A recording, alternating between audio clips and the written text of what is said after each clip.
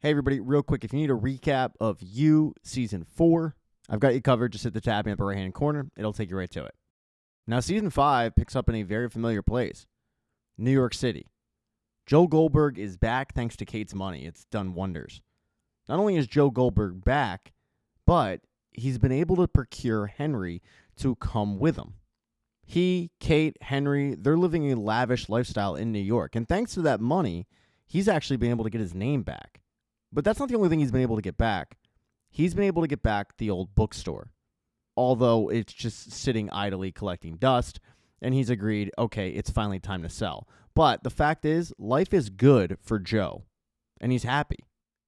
Kate is crushing it at the foundation, and he's actually changed in a lot of ways. He's no longer this sadistic killer.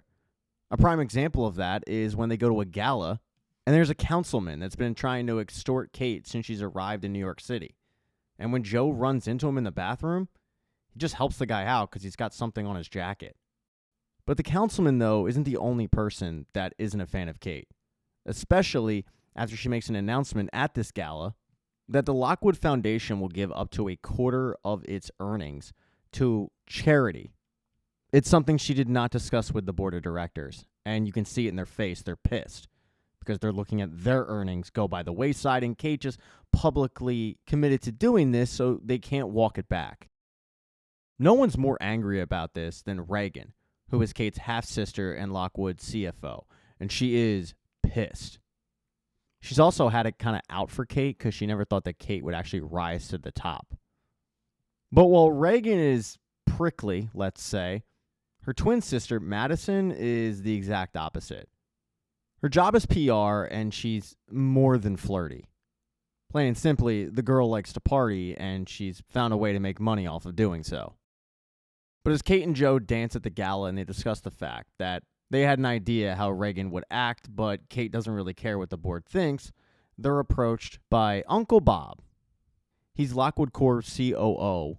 He's been a surrogate father to Kate, and he did advise her not to do this stunt, announcing this without the board's approval, but she did it anyway, and he said, hey, you know what? Don't worry about it. I'll take care of the board. We'll go over there and we'll beg for forgiveness. But probably the most loyal to Kate in the inner circle is her brother Teddy. And there's good reason for that. Teddy didn't exist to the rest of the family until Kate brought him in, because Teddy was the product of their father having an affair with a housekeeper. So it was kind of embarrassing for the family, but Kate never viewed it like that, and because of that, Teddy's very loyal to her. It also might not help about the fact that he's black and gay, and they might be racist and homophobic. As he and Joe chit-chat at this gala, he lets Joe know that he got word from a friend over at Forbes they're about to run a big story on Kate. It's going to be a hit piece on Kate, and while Joe doesn't initially think it's a big deal, when he hears the word pipeline, his ears perk up because now he knows it's a big deal. He doesn't give Teddy any of this information, but Teddy's going to dig around and try to find out if there's any truth to this and what exactly they have so that they can be prepared to fire back or make a statement. The next morning, Teddy comes over, and initially he is greeted by Kate, but when Kate goes to change, he has a conversation with Joe and lets him know that they're really just checking to make sure that their reporting is airtight, but it seems like whatever they do have is, in fact, legit. They really trust their source. It's at that point that Joe feels it necessary to fill Teddy in as much as he can on the fact that their dad wanted this pipeline to go through and somebody's hands had to get dirty, and it was Kate's. Now the question is, though, who knew about it and who leaked the story? And they have a pretty good idea of who it probably was. They figure it was Reagan. So they both go pay her a visit and confront her. The conversation gets pretty contentious, and most of it's done between Teddy and Reagan. You can tell the two don't like each other. Joe, meanwhile, is in the room, but he's kind of sitting back and just monitoring Reagan's reaction. And the feeling he gets is she didn't actually do it. She didn't plant the story. So when Teddy and Joe leave the room, he tells Teddy, yeah, I don't think she did it, but I definitely want to talk to Maddie. I don't think Maddie did it, but Maddie might know who did plant the story, and maybe I'll get some information. So Joe sets up a meeting, which isn't hard to do because Maddie has always been flirty with Joe. And they meet at a local bar. And Maddie is, in fact, flirty with Joe. And Joe flirts back just to be friendly. But once Maddie goes to the bar, he snags her phone, he goes through it, And he sees text messages that he's able to figure out, because they're encrypted, are between Reagan, Maddie, and one other person that he figures is Uncle Bob. And they're talking about a vote of no confidence. So even though Bob plays like he's in Kate's corner, he's really on the outside plotting against her. That night, Joe goes home and he tells Kate about his findings. Initially, Kate's pissed off because she feels like Joe has kept her in the dark for so long, but Joe explains, I kind of had to do this. I didn't want to preoccupy you. You're so busy, but it's come time to show you what I found, and what I found is the fact that your dear old Uncle Bob is planning a vote of no confidence. But Kate doesn't believe him. Joe's more than willing to help, but Kate's stubborn, and she swears that she will have this all sorted out. She doesn't need the help. Now, the old Joe would have done something about this. He would have hunted Uncle Bob down and killed him. The new Joe, he's a changed man. In the middle of the night, he goes to the old bookstore. He goes to an apartment above it, the one that he used to live in, and he just writes murder fiction. And it's that night that Kate wakes up. She notices Joe isn't in bed. She checks his location, and she goes to that bookstore, and she finds him there in the typewriter writing all this fan fiction murder stuff, and she's a little freaked out because it's very, very real. Joe tells her, hey, it's just writing, and she says, yeah, I mean, if you never killed anybody, but this reads like you relish in it. And his response to that is it so wrong if it's for the right reasons? He gives her some speech about how he has always wanted to protect her, and it's still just writing and all of that, trying to justify to her the words on the page. But the look on Kate's face has changed because she knows that Joe has killed in the past. But he swears, no, Kate, it's me. It's still me, and I love you. Kate doesn't say much. She just says, I'm going to go home. And Joe goes to close up downstairs at the empty bookstore, and as he's doing it, he sees that somebody else is in the bookstore that he was not expecting.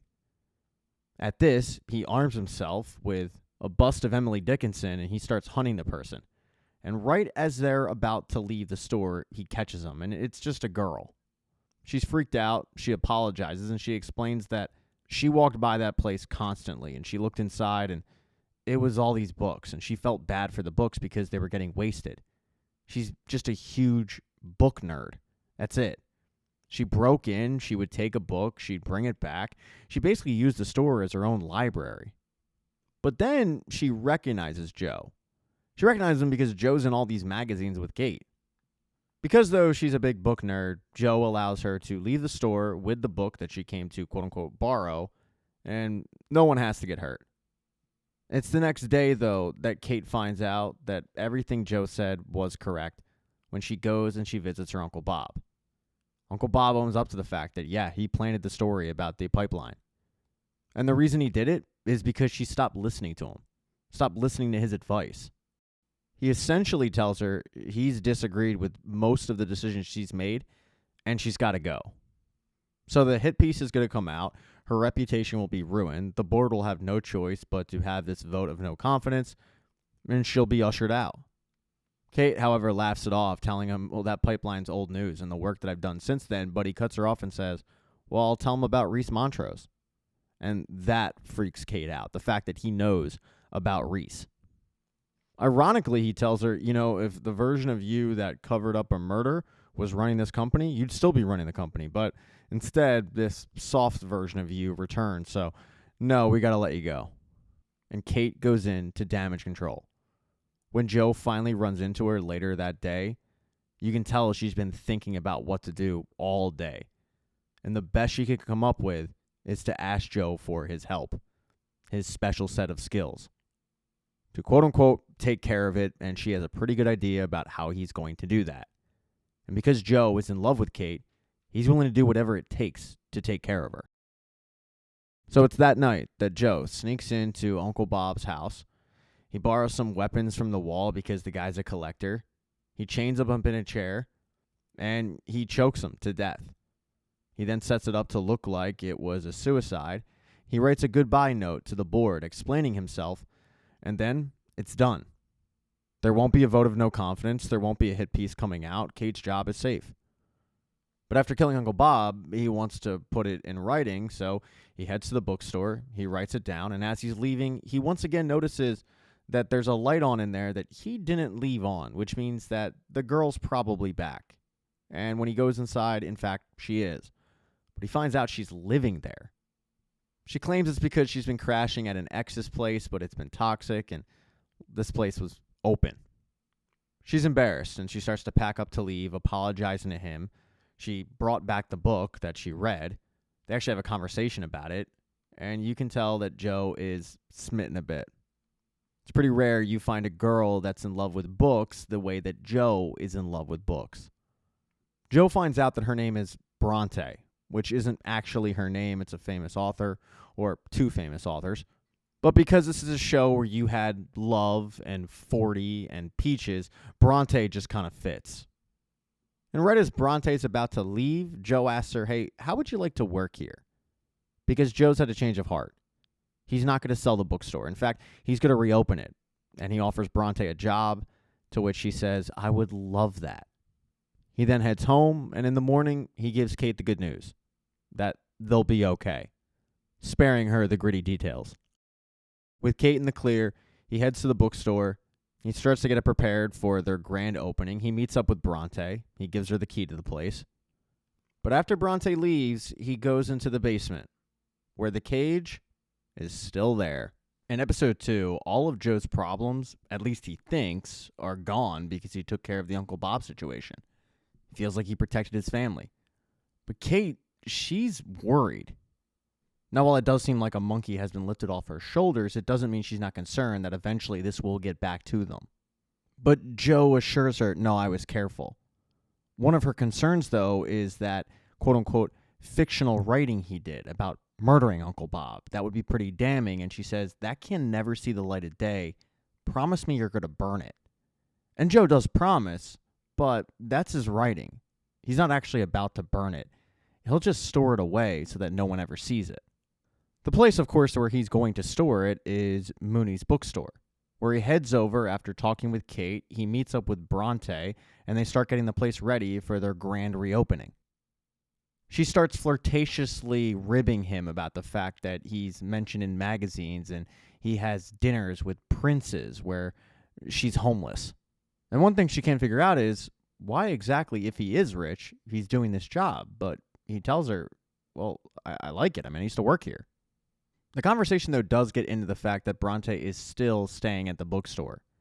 And Joe just starts trying to throw money at her. Well, what if I bump your paycheck up $5 more an hour, 10 more, 15 more? But she actually gets insulted by this because it's such a rich person thing to do. It's not going to help her in the meantime. Joe can't figure out how someone can be as frustrating yet captivating at the same time. He then notices, though, that the bookshelf that is protecting the door to the basement has been moved. And he asks Bronte about it, and she says, oh, yeah, I moved it. I couldn't get in there. Joe tells her that if you go down there, it's a little bit dangerous, so just stay out of the basement. He then, however, gets a phone call from Henry's school, and he has to head over. And when he and Kate arrive, Henry is talking to the police, and they don't quite figure out why, and that's when Regan and her family walk out because Regan's daughter Gretchen has a broken nose thanks to Henry. He attacked her. Regan is understandably pissed, and Joe and Kate head in and talk to the headmaster of this very prestigious school. And the headmaster wants to get to the bottom of this because it's very unlike Henry. I mean, Joe is very defensive of his son. When the headmaster starts asking questions about whether or not he's been violent in the past, did he have a violent upbringing, Joe takes offense to it. It's clear to everybody in the room that the headmaster has clearly found a trigger point for Joe. And she tells him, look, I'm going to do an investigation and try to figure out what happened here, but I do have to tell you, we have a strict code of conduct, and if Regan presses charges, we're going to have to expel Henry. Which means that Joe and Kate are going to have to do damage control because this school is very prestigious, and it's a really good school to have Henry in. Now, one of the issues is Henry isn't talking. So Joe takes it upon himself to get to the bottom of it. With Henry currently suspended from school, Joe takes him over to the bookstore. And when they arrive, Bronte did not heed Joe's advice. She was actually trying to pick the lock of the basement and try to find out what was down there, but she had to stop, obviously, when the door opened, and it's Joe and Henry. Bronte meets Henry. She says hello. She finds out why he's coming to work with Joe. And then Joe gently asks Henry, hey, what happened? And one of the first things that Henry does is apologize. He says that he shouldn't have done what he did. So it's pretty clear to Joe that he is raising a good kid who's not overly violent. He just made a bad decision. But what he finds out from Henry is the reason why Henry lashed out was because Gretchen said that Henry's mother was a murderer. And clearly Gretchen didn't come up with that on her own. She overheard it from Regan. When Joe heads home to tell Kate the news, he finds Kate getting ready to host a dinner party, and he asks, what's all this about? And she tells him, we have to make peace with Regan before she presses charges. I've invited her and her husband over for dinner, and yeah, it's going to be uncomfortable, but we just got to get it done.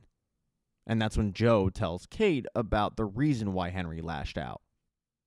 Kate is absolutely disgusted about the fact that Regan talked about such a serious topic in front of a child. And even though she is disgusted, she tells Joe, we need to be the bigger people because Regan can hold a grudge. Their plan is to charm Regan into submission. So that night, Regan and her husband show up. They're still really pissed off. Then there's a surprise when Maddie shows up with some random guy.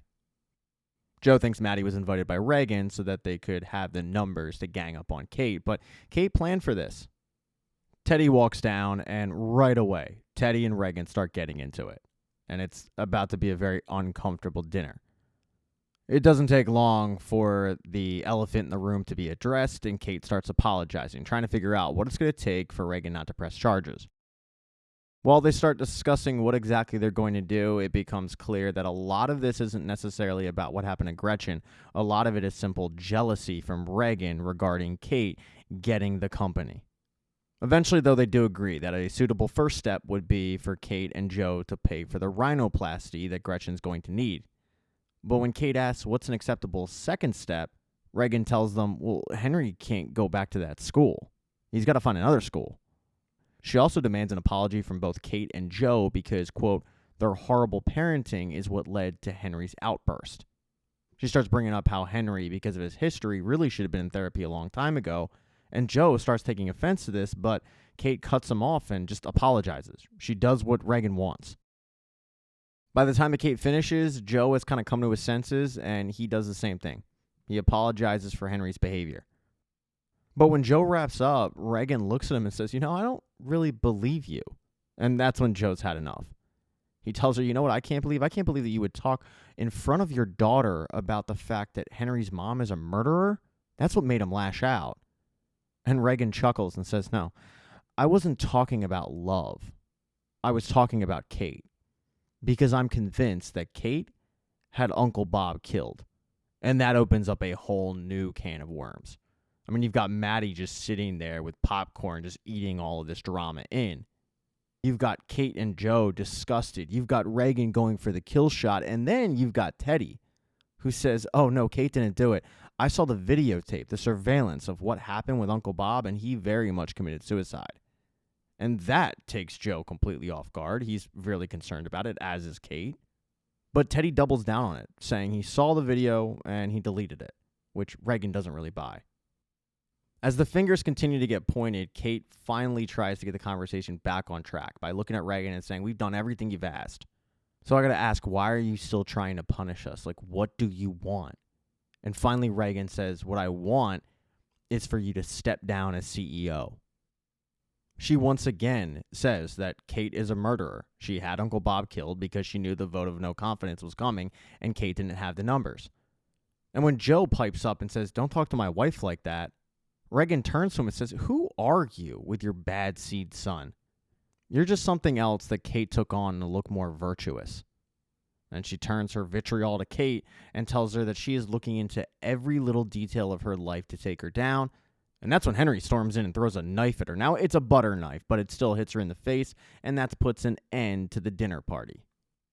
Afterwards, Kate and Joe start talking about what they're going to do regarding this Regan situation.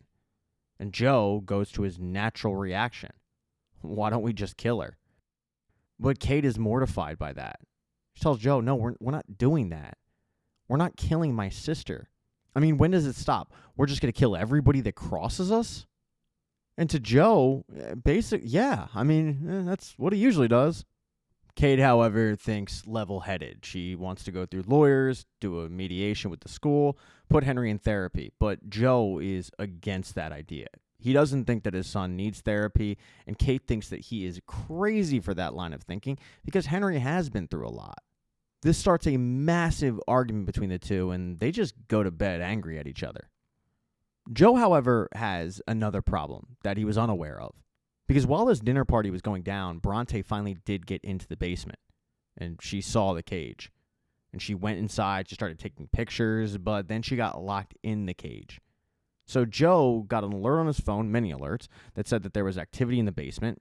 He headed down there, and there's Bronte, locked up. And Joe, who has had a night, is now once again pissed off.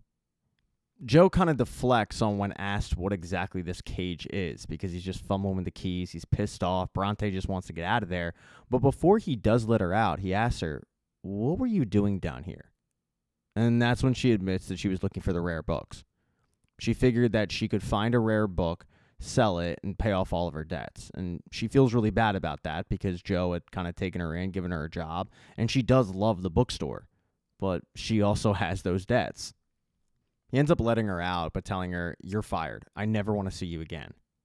But right as she's about to leave, she stops and said, "I read your writing." Because that's where Joe put all of the murderous fiction. He put it in the cage. And Bronte had nothing else to do. She tells him, though, that the writing is decent. But she starts pointing out how the protagonist in the story has no backstory, no flaws, no wounds. And she asks him, "You have more in you? I mean, what are you hiding from?" And for the second time that night, Joe loses it. He yells at her that growing up, he was seen as damaged goods. He got dragged through the mud. He was raised on that mattress. And after this angry sob story, Bronte just looks at him and says, "Oh, nice to meet the real you," and leaves. Joe ends up going home, and the next night, he heads out.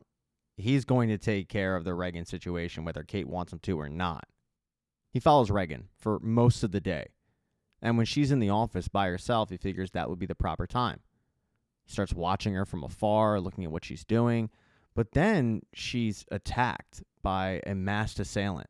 And Joe isn't quite sure what to do because it looks like she's about to get sexually assaulted. But then all of a sudden, the mask comes off and it's Harrison, Regan's husband. And it's some uncomfortable fantasy. But Joe isn't about to just let it go down. So when Harrison gets up to go check something for the closet, he pushes him in, locks him in there, and then he takes a blunt object and hits Regan in the head and somehow gets her out of there, gets her to Mooney's, and puts her in the cage. Now it's just a matter of either blackmailing Regan or convincing her not to press charges, but Joe will figure all that out later. And as Joe was doing that, Kate was meeting with Teddy because she wants to let him know she's nominating Teddy for the empty board seat that was vacated when Uncle Bob killed himself. Well, one of the other reasons why she wanted to meet with Teddy was to find out whether or not Teddy actually looked at the security footage. And she finds out, no, Teddy was bluffing the entire time. He has no idea what was on that security footage.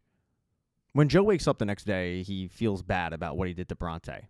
He gives her a phone call and lets her know that she needs to come by the bookstore. And as Joe is writing, she walks in, and he hands her sleeping bag, which she left there, but he also offers her job back. He does let her know, though, that he installed cameras. There's one other thing he's going to do for her. Since he now owns the building, he owns the apartments above it, and he takes her to an empty one, the one that he used to live in, and he's going to gift it to her. No strings attached. She'll have a place to stay. She no longer has to stay with a toxic ex. When the door closes, however, Bronte gets really freaked out, and Joe can sense it, and he asks, what's going on? What's wrong? And finally, Bronte says, all right, I got to be honest. I read that vapid self-help book by Sherry and Carrie, and they said it was your late wife's idea to put them in a cage. So when I saw a cage here, it kind of freaked me out a little bit. Joe quickly just tells her, hey, she got that idea from me. I told her how Mr. Mooney used to lock me in a cage to strengthen me, and yeah, that's where she got the idea from. This does seem to put Bronte at ease, and Joe drops the keys and tells her, hey, the job and the apartment's yours if you want it. But right before he leaves, Bronte makes it clear, I don't sleep with married men, even though that seed has clearly already been implanted. Now Joe's in a pretty good mood. He's got his number one employee back, he's got Reagan in a cage in the basement, and now it's time to address the Henry situation. He's come around on the therapy. He talks to Henry about it, and Henry's on board with going to talk to a therapist. So it just seems like the family's just doing better. When Joe walks out of Henry's room, he and Kate have a little bit of a heart-to-heart where Kate apologizes for some things but makes it clear that what they did with Bob, they're never doing it again. Joe still looks at it like they did what they had to do, but Kate looks at it like it was a moment of weakness. She then admits that when Joe told her that he felt exhilarated when he handled Bob, it scared her. And then she stands up and asks him, "Are you doing this to protect us, or is there something else? Is there something that you can't control?" Before Joe can answer, though, she gets a phone call. And as Joe is trying to figure out what exactly he's going to say when she gets off the phone, he hears the voice on the other end. It's Reagan. She's decided to press charges, but Joe can't figure out how that can be because Reagan is in the cage. And that's when he realizes that it wasn't Reagan that he caged. It was her sister. And when he goes to double check, yeah, sure enough, there's Maddie in the cage, very confused.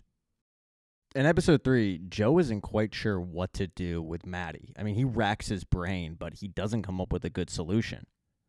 The first tactic he tries is telling her that he locked her up because he has a thing for her and he saw her with another guy and just got jealous and lost it. He tells her, "Hey, why don't we just pretend that this never happened because I did, in fact, catch you with your sister's husband." But Maddie just backs up in shock and says, "Oh my God, my sister was right. Kate had Uncle Bob killed, and you knew Reagan was on your trail, so you wanted to have her killed. And you clearly thought I was her." She starts screaming for help. Obviously, no one can hear her, and Joe is just shocked about the fact that she was able to figure this out. So he's going to have to go back to the drawing board. In the meantime, he goes back home. He, Kate, and Teddy meet up to discuss what exactly they're going to do about the Reagan situation, because neither Teddy or Kate have any idea that Joe has, quote, taken it into his hands. She starts game planning, kind of grasping at straws, and Joe realizes he used to be attracted to this, but now it just seems kind of pathetic. Joe finally speaks up and proposes that they turn Gretchen against Reagan. But Kate is disgusted by that idea. She can't believe that Joe even proposed it. She doesn't want to exploit another child. Teddy's idea is simply putting Henry in another school. I mean, it's not like there aren't other good schools, but Joe pushes back on that hard. And when Joe and Kate get alone, they discuss the matter further. Kate makes it clear, "I will handle Reagan. You go handle the bookstore."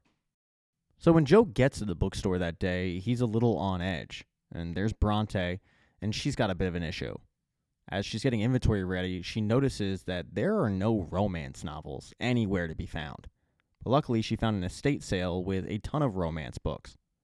So she wants to go pick them up.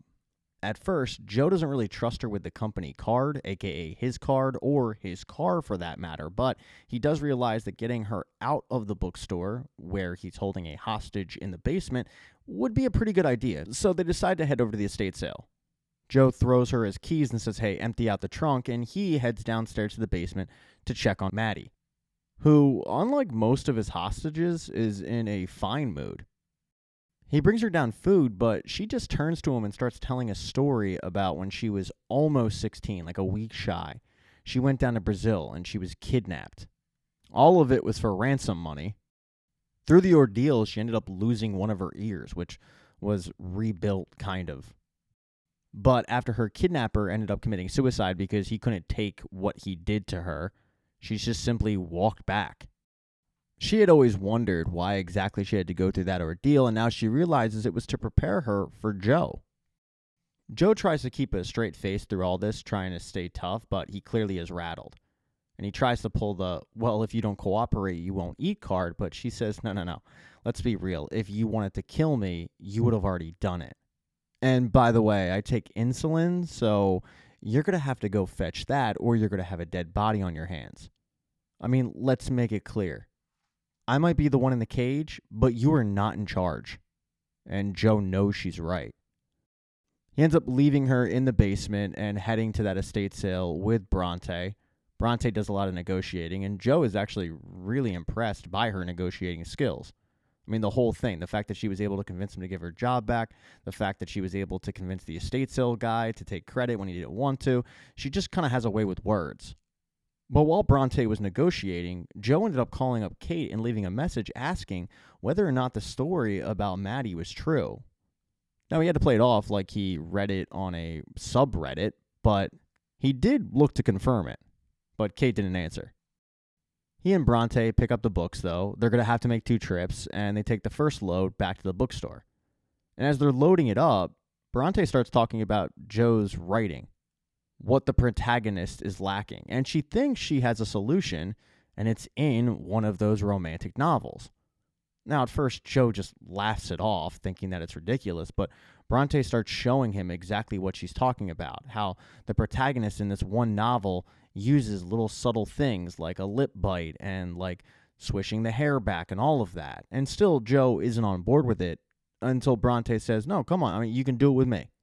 And once Joe actually sees it in action, he brushes her hair back, he sees her bite the lip, he realizes maybe she's onto it. Or he's just really into her.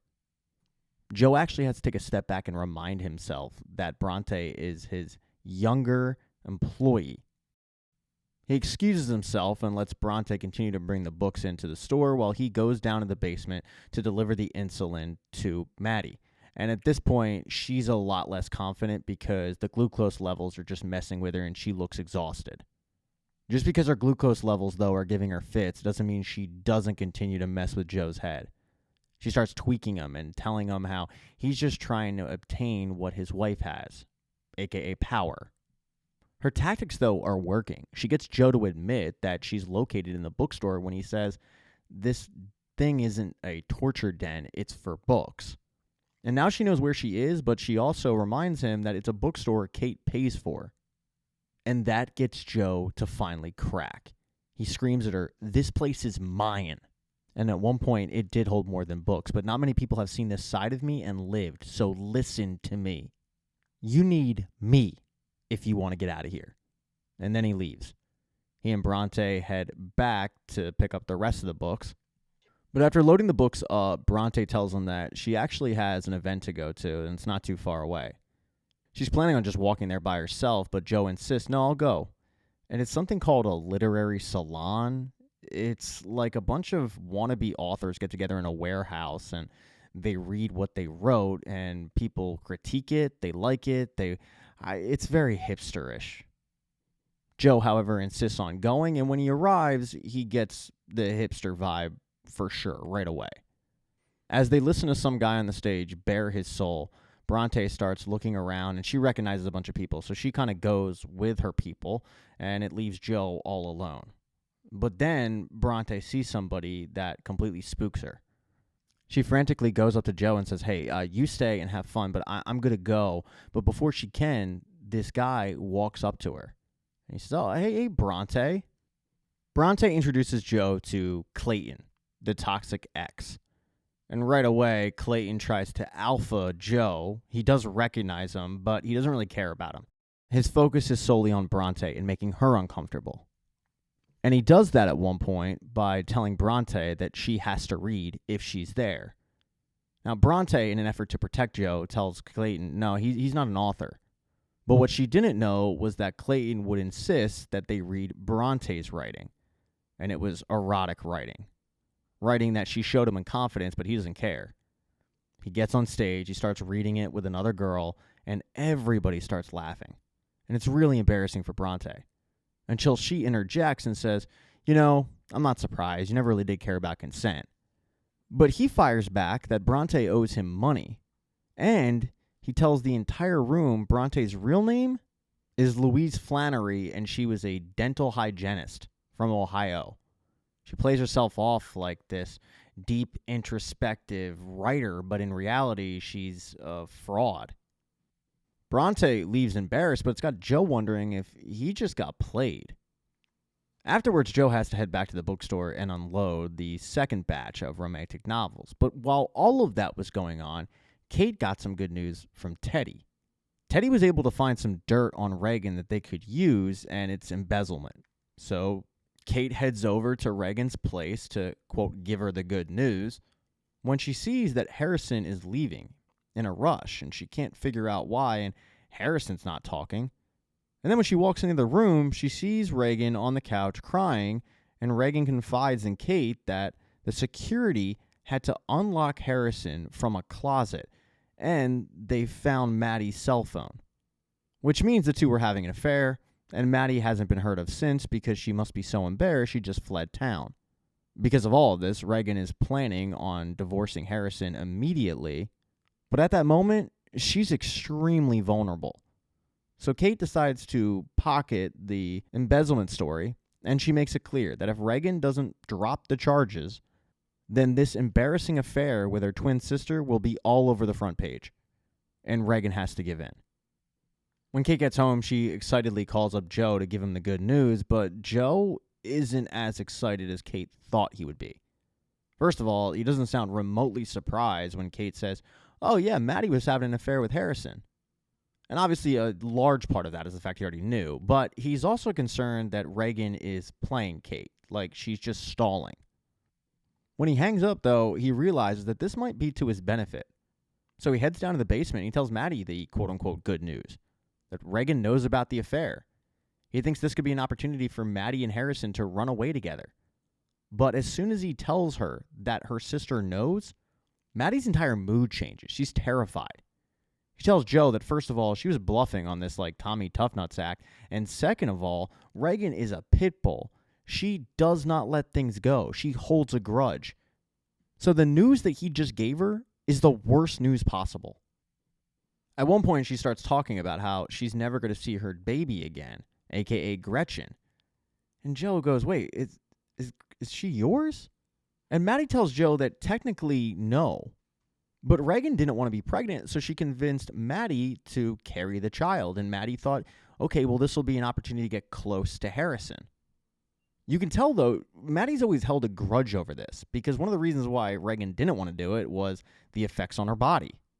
And now she's worried that after finding out about the affair, Reagan will keep Gretchen from her for the rest of her life. And she'll keep Gretchen from Harrison. At that moment, all Maddie wants to do is die, and Joe actually feels for her. When he finally returns from the basement, he decides to look into the other girl that's staying at the bookstore building, Bronte. He looks into her past and he finds out that, yeah, in fact, she was a dental hygienist. Her mom passed away from cancer. And then he finds her Goodreads, which is like a letterbox for books, and he finds that she gave rave reviews to Guinevere Beck's book. And now he's wondering, yeah, am I being played? But there's only one way to figure that out, so he heads to the apartment. And when he knocks on the door, Bronte was clearly crying. She's upset, and she apologizes to Joe. She feels like a fraud. He starts trying to comfort her a little bit, but then she gives a tell. She quotes Guinevere Beck's book, and he quotes it back. It's at that moment that she reveals she saw herself in Beck's work. She didn't accidentally find this bookstore. She knew that Beck worked there. But Joe can tell this wasn't like a sick, twisted thing. She genuinely just wanted to know what Beck was like, so Joe said, we used to date for a little bit. And he starts telling her what Beck was like in the real world, and in that moment, it makes her feel better. Joe no longer feels like he was being played this entire time by some uber fan. Even though she does tell him, yeah, I did know about you before we actually met. As they leave, though, she tells Joe, I can't really have an affair right now, even though I would want to. And it clicks with Joe. Holy crap, I could do this right now. Like I could have her. And maybe the old Joe would have given into that temptation, but this Joe doesn't. He excuses himself, he goes downstairs, and he violently masturbates. Really, really gets after it while typing out some pages.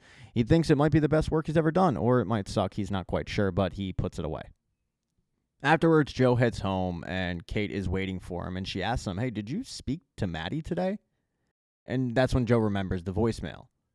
He thinks quickly on his feet, and he tells her, I was also looking for some dirt on my own, and I found a subreddit, and it mentioned that story about Maddie. I just kind of wanted to confirm if it was true or not. But it seems like you didn't even need my help. You handled Reagan on your own. They then sit down, and she apologizes for pushing him away earlier, but she tells him, what we did to Uncle Bob has bothered me every single day, and it's pretty clear it doesn't bother you at all. And he tells her it doesn't bother him because he was protecting the family. Joe swears, though, he's not sick in the head. He's not some bloodthirsty monster. But Kate, well, her face says that she's not quite sure. He continues, though, and he begs her to allow him to help her. She says, "You can help me, but any way but murder." Joe heads to bed, and he starts combing Instagram. He finds Bronte's account. He finds Clayton's account, and he realizes that if his wife doesn't want protecting, maybe Bronte would like some protecting. But when he goes to put the phone down, he gets an alert that there's an Instagram Live going on from Maddie. And at first, he freaks out, thinking that Maddie got a phone somehow. But when he clicks on it, he realizes it's not actually Maddie. It's Reagan, pretending to be Maddie, owning up to the affair. And she's so good at pretending that Kate rushes in to show Joe, and Kate can't figure out that it's actually Reagan. And Joe just keeps his mouth shut. But they do have a problem, because Reagan is on Instagram, owning up to an affair, acting as Maddie, and telling the world, "I'm giving up my board seat, and I'm giving it to Reagan, my sister." It is an absolutely genius play. But Joe knows how to counter it. Late at night, Joe heads to the bookstore. He goes to the basement, and he asks Maddie, "How would you like to be your sister?"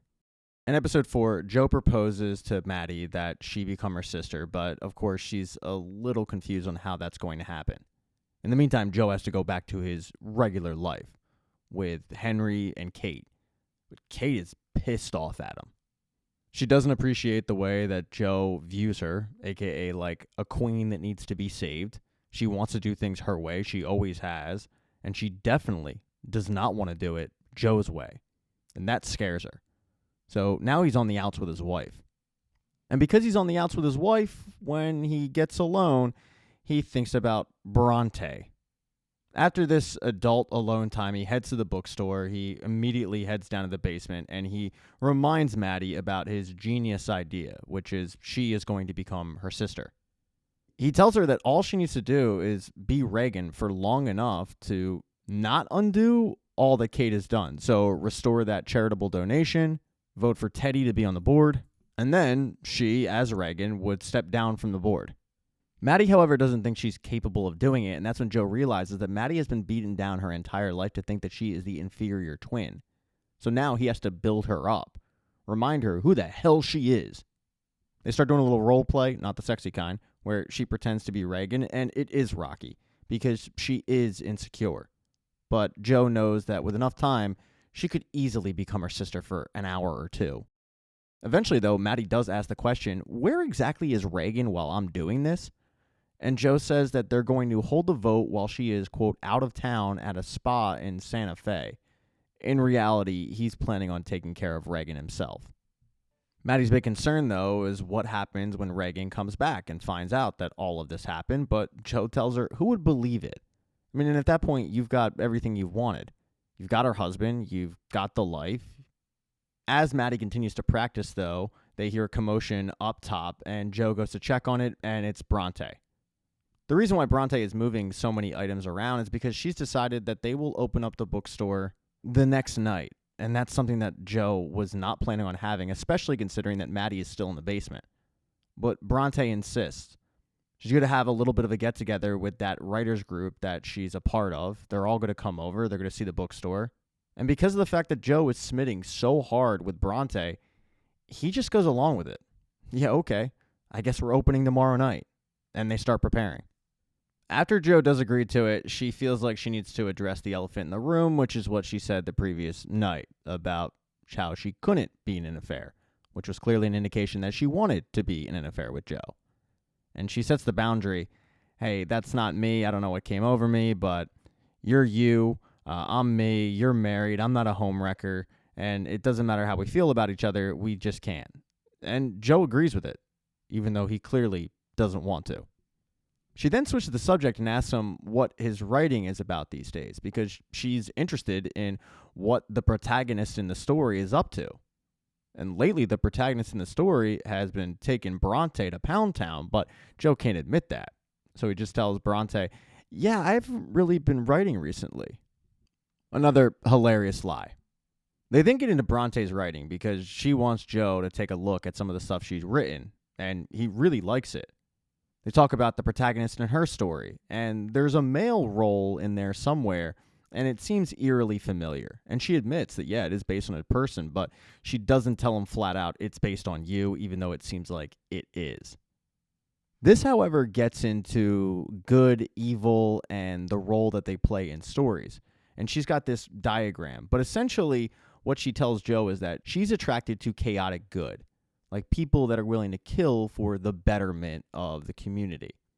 She doesn't know it, but she's telling Joe that she is very attracted to him. And suddenly Joe, who is dealing with Kate at home, treating him like a pariah, well, now he feels seen. After this exciting revelation for Joe, he does go down and deliver some food for Maddie, and they continue to work on Maddie's impression of her sister, and she's still rough. But after some role-playing by Joe, where he starts to really just beat into Maddie the way that Regan would, it finally clicks with her. She finally flips a switch, and suddenly Maddie isn't standing in front of Joe. Regan is standing in front of Joe. Now, while this is going on, Kate has taken matters into her own hands. She goes to the office where Regan is, and she's going to use that extortion to try to get Regan to step down from the board. She's convinced that this will work. The problem is Regan continues to go with the narrative that Kate had Uncle Bob killed. And she's got a little bit of proof. When Kate tries to bully Regan on stepping down, Regan bullies her right back and does it even better. She tells her that they're going to have an autopsy for Uncle Bob, and it should prove whether or not he actually committed suicide. And if he didn't, obviously she has a pretty good idea of who had him killed. But more importantly, the reason why she would have had him killed.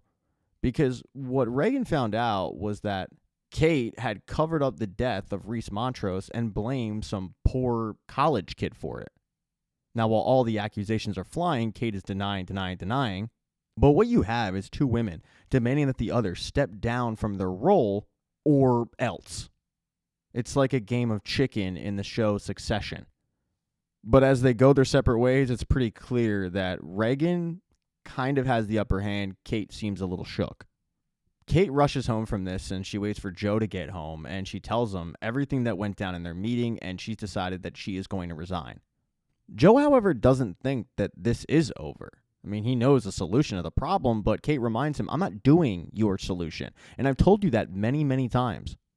Now, she does admit that while looking at Regan, she did decide that she wanted her dead. And when she says that, Joe gets this evil smirk over his face, and he tells her, I love that about you. But she pulls back, and she says, just because I admit that it's in me doesn't mean I like it about myself. I'm disgusted by it. And I despise the fact that you won't even try to control it in you. It's pretty clear that Kate does not want Joe to do anything but stand down and look inward. Joe can't do that, obviously. He's got a plan, and he has to execute it. And part of that plan is killing Regan. It would allow Maddie to take over Regan's seat for a couple hours and then vanish. So the next day, Joe heads to Regan's home where he knows that she's alone, and he figures this will be an easy kill, but it's not. I mean, Regan has taken some martial arts classes. And these two go back and forth. I mean, Joe really has to track her down, but eventually he's able to knock her out with a bowling pin and get her body back to the bookstore and throw her in the cage with Maddie. With an unconscious Regan laying there, Maddie is concerned for her sister. But then Joe puts an insulin needle in the door, and he tells Maddie, that's for you to use on your sister to kill her. The guilty don't run to the authorities, and if you refuse to do it, I'll have to kill you both. So now Maddie has a decision to make. In the meantime, Joe has to get prepared for the grand opening of the bookstore that night, but what he was unaware of is while he was gone, Bronte had snooped around, and she found the writing that Joe had actually done. Even though he said he wasn't up to writing recently, obviously that's a lie, and she found all of the pieces of paper that he wrote that's clearly about her. So when the doors do open that night, there's a little bit of sexual tension going on between the two now that Bronte knows how Joe really feels about her. The grand opening, though, is going really well. I mean, people seem to be having a good time. People are buying books. That is until Clayton, Bronte's ex, walks to the door. She didn't invite him, but he showed up anyway.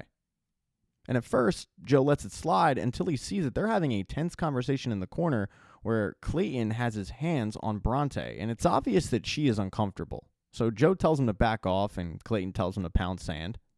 But when Clayton looks at Joe and says, "You can have her back when I'm done," Joe snaps.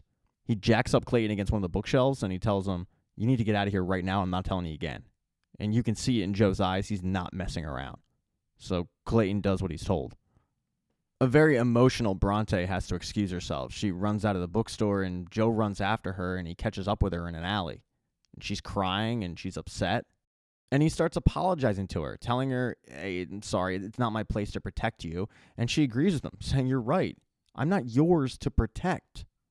You don't get to do romantic things like that when you have a wife and a child." She then reveals that she found the pages in his drawer, and she tells him, "You don't get to write the most beautiful things that someone could ever want to read about themselves." Joe finally admits to Bronte how he really feels, and even though he doesn't want to feel like that, he can't help what the heart wants. But Bronte again reminds him we can't do this, and she goes back to the bookstore. Joe also heads back, but he leaves Bronte alone. This time he goes to check on the basement, where his little plan had worked. There's Maddie, and there's a dead Reagan. And it wasn't like Maddie initially wanted to do it, but when Reagan woke up, she just continued to poke the bear and poke the bear and poke the bear, and finally Maddie just snapped. She's ready to do Joe's bidding the next day. And the next day, when that board of directors meeting votes, Maddie does show up, pretending to be Reagan. And at first, Kate starts out by saying, this is very difficult to say, but... And she's about to resign. Until Maddie, pretending to be Reagan, steps in and says, "Oh, come on. Don't act like you're upset about this." And Maddie does exactly what Joe wanted. She steps down, she agrees to Teddy joining the board, and she tells the group that Maddie will get both of the votes. It's a huge surprise to Kate. She was not expecting this at all, and she knows that Joe had something to do with it. Joe ends up telling Kate that he pressed Reagan on the issue, and Reagan actually had nothing. She was bluffing the entire time. Kate, though, doesn't believe him. And when she tells him as much, he says, "Kate, we won. I mean, why can't you be happy?" But Kate can't be happy, and she just walks away. That pushes Joe, who's feeling pretty underappreciated, back to the bookstore where he finds Bronte packing up. She figures she can no longer work there if they're going to have this sexual tension, but that sexual tension leads to sex. I mean, they finally end up doing the damn thing. In episode 5, Joe and Bronte are in the full swing of the affair. They're in the honeymoon stage, if you will. They enjoy alone time while they sit there and read each other's writing. Total nerd stuff, but stuff that Joe is really into. It's gotten to the point where when Joe gets home and he's alone with Kate, all he can really think about is Bronte. But Kate now wants to know who the hell she married. She contacts Cynthia, the private investigator that she hired 3 years ago, to basically erase all of Joe's past and allow him to come back to New York City. At the time, Kate thought it was a good idea, and that the death of Reese Montrose was something that he had to do for her, and she was kind of blinded by love. But now she's got a lot of questions, and she wants to know exactly what this private investigator found on Joe, because at that point, she was in the dark on everything. For Joe, he's been spending most of the time at the bookstore flirting with Bronte and sleeping with her, but he also wants to show that he can take care of her. So after one sexual fling, he has groceries delivered to her apartment, and he has a masseuse come over and give her a massage because it seems like lately she's been stressed out. After the massage, though, Bronte chases the masseuse out on the street, and she tries to tip her, where the masseuse tells Bronte, "Hey, Mr. Goldberg took care of everything." And Bronte's thrilled. Okay, yeah, I don't have to spend money. But what neither woman knew was that Kate had gone to the bookstore.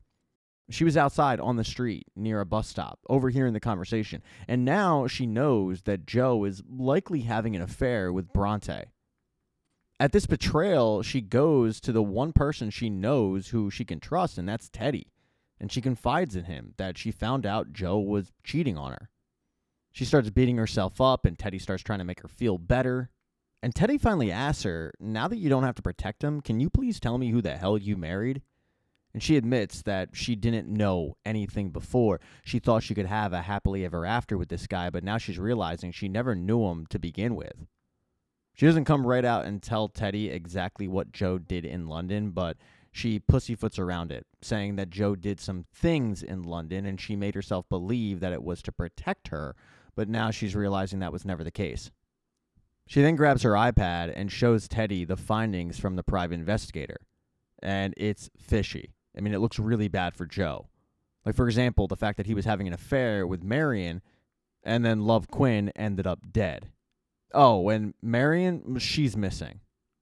That's when it dawns on Teddy that Bob must have been Joe. And he gets really concerned for both Kate and himself. He feels like neither of them are safe while they're in the premises, but she assures him, no, we are safe because he doesn't know that I know any of this. She begs Teddy to just act normal, and he implores her to go to the police, but she says, no, I can't. Just allow me to handle it. Joe, meanwhile, this entire time has been at the bookstore, big shocker, where Bronte shows him some pages that she recently wrote. And it's all smut. I mean, it's like sexual fantasy and all of that. And Joe loves it, but he wants to know if that is what Bronte is into. And in fact, what is on the page is what she's into. So they decide to test it out. And a lot of it is like blindfolding and hands tied up. I'm not kink shaming, but that's what works on her. And when Joe starts to do it, Bronte does seem to get really turned on until all of a sudden something goes wrong. Like, her whole mood changes. She apologizes to Joe. She tells him, oh, you know what? I got cold. Not cold feet, but like physically I got cold. I'm sorry, but yeah, like we should table this. Joe, of course, starts questioning everything. Every move that he made to make Bronte go from 0 to 100 like this. And one of the things that he thinks might be what's throwing her off is the fact that Joe's phone kept going off, and that phone was going off from text messages from Maddie, who is freaking out. Maddie has been staying at Reagan's old house, pretending to be Reagan, inviting Harrison back and raising Gretchen. Now, it's unclear whether Harrison actually knows the truth, that the person in front of him is the person that he actually was having an affair with, but it's eating at Maddie. And mainly the fact that she killed her sister. She's been haunted by it. So she is blowing up Joe's phone to meet with him. And finally, they do meet on the street, and she begs him to speed up the process of getting rid of Reagan. Because up until this point, nobody knows what happened to Reagan. Everybody just thinks that Reagan is staying at her house and stepped down from the board. But Maddie wants to speed up the death. And Joe says, no, we can't. I mean, we have to stick to the plan. It's way too soon after the board of directors vote. I mean, that's going to raise red flags, mainly from my wife. No, I got this all planned out. In a month, Reagan is going to go on a vacation, and she's not going to come back. She's going to go on a trip on a boat, and I've got a person down there that will take care of it. But yeah, that's the story we're going with. Until then, you just got to stick it out. And boy, Maddie does not want to stick it out. I mean, you can visibly see it. It's really, really getting to her. It certainly doesn't help when Kate shows up at her door later that day. Because Kate had to find out what Joe did to Reagan. And Kate, who has been in the dark about the whole Reagan and Maddie situation, was texting Reagan, getting no answer, so she figured, I'll just go over to the house. And when Maddie answers the door, she forgets to switch into Reagan. So it's clear right away to Kate that it's Maddie in front of her, and she's a bit confused, but Maddie tells her that Reagan just forgave her, and she's been staying here, but the place looks like it's a mess. Kate telling Maddie that she has to talk to Reagan, and Maddie trying like hell to avoid it, but Kate's persistent until finally Maddie says, fine, you know what, I'll get her. And she just goes into one of the bedrooms and locks the door. And she starts playing both characters, pretending to be Maddie, pretending to be Reagan. All the while, Kate is begging to be let in, but quote-unquote Reagan is telling her to go away. Until finally playing both characters just gets to be too much, and Maddie lets Kate in and owns up to everything. Owns up to the fact that Reagan is dead because of her. Because of what really Joe pushed her to do in that torture cage at the bookstore. I mean, all of this is shocking as hell to Kate. She was not expecting it. Not at all. I mean, she knew that Joe had some dark secrets with his past, and obviously she knew that he had killed people, but this is something completely different. So once Kate gets home, she calls the one person, once again, she knows she can trust, that's Teddy, and she tells him exactly what's going on with the Reagan-Maddie situation. And he is just as surprised as Kate. Maddie's going to stay at Reagan's pretending to be Reagan until the time is right, but for Teddy, he feels like this should be the nail in the coffin for Kate to go to the police about Joe. And yet, Kate still says, no, let me handle it. But Teddy can't figure out why she is so averse to going to the authorities, and that is when she admits, because I had his particular set of skills help me out. I had it in London with Reese Montrose, and now there's a girl in jail because of it, and I had him kill Uncle Bob, and it could all get back to me. So I am protecting this family by doing so. He's got a lot of dirt on me. He's got a lot of dirt on Maddie. I can't go to the cops. I have to take care of this myself. And Teddy is mortified. I mean, completely disgusted. Teddy is now looking at Kate like Kate looks at Joe. Teddy's concern is the fact that it is going to look like Bob was killed to give him a board seat, at the behest of Kate, or even worse, at the behest of Teddy. He reminds her that he's the black gay guy from Harlem. It'll probably fall on him no matter what. She assures him, though, that she can contain this, but he looks at her and says, you don't know that, because you don't know what Maddie's going to do. And more importantly, you don't know what Joe is going to do. Right before he leaves, he tells her, I care about you, Kate, and I care about your safety. But you know what? Maybe you should lose everything, because complicity has consequences. Up until this point, Joe has been gone all day, because after his meeting with Maddie, he went back to the bookstore to find that Bronte was not there. She left a note just saying, hey, sorry, I can't do this. I'm leaving. And that was it. Her phone was shut off, and there was no hint of where she went. She cleaned out the apartment. But Joe has a pretty good idea of what might have spurned this. There's only one person that could convince Bronte to leave, and that would be Clayton. He's able to get Clayton to admit that he is out of town when he sets up a fake email from a playhouse that, quote, wants to meet with him. So now Joe has been able to confirm that he and Bronte are both not in New York City. He then sneaks into Clayton's apartment, hops on his computer, hacks the email, and is able to find out the location of where Clayton is. It's like a sea town, not too far away. But as Joe is there, he gets a phone call from Bronte. She just needed to hear his voice, and she apologizes for having to leave so abruptly, but Joe begs her not to get off the phone, or at the very least, tell him where she is, but she says, no, I can't. She does admit, though, she's not alone. And then she hangs up. And Joe just star 69s the number to find out that it is a diner, where he asks for the address. He shows up later. He talks to the guy who he talked to on the phone. He shows this waiter a couple of pictures of Bronte and Clayton, and the guy says, oh, yeah, I know. Yeah, they were definitely here.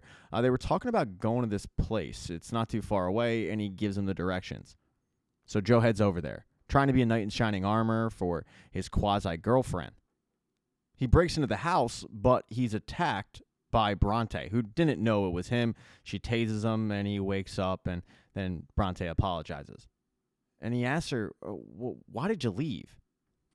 Bronte admits that the whole sex thing, it freaked her out. It was just too close, and what she kept telling herself was the fact that Joe wasn't married. And yet he was, and she was the other woman, and she just didn't like it.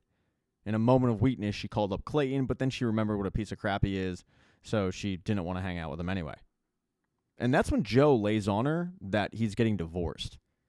Yeah, him and Kate had a very tense conversation, especially after Henry found a hunting knife under Kate's pillow that she had placed there just in case Joe got, Joe Goldberg-ish.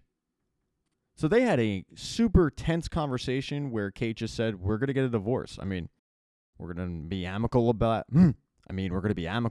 it, but yeah, we're getting divorced. So when Joe tells Bronte that he is getting divorced from Kate, it is true.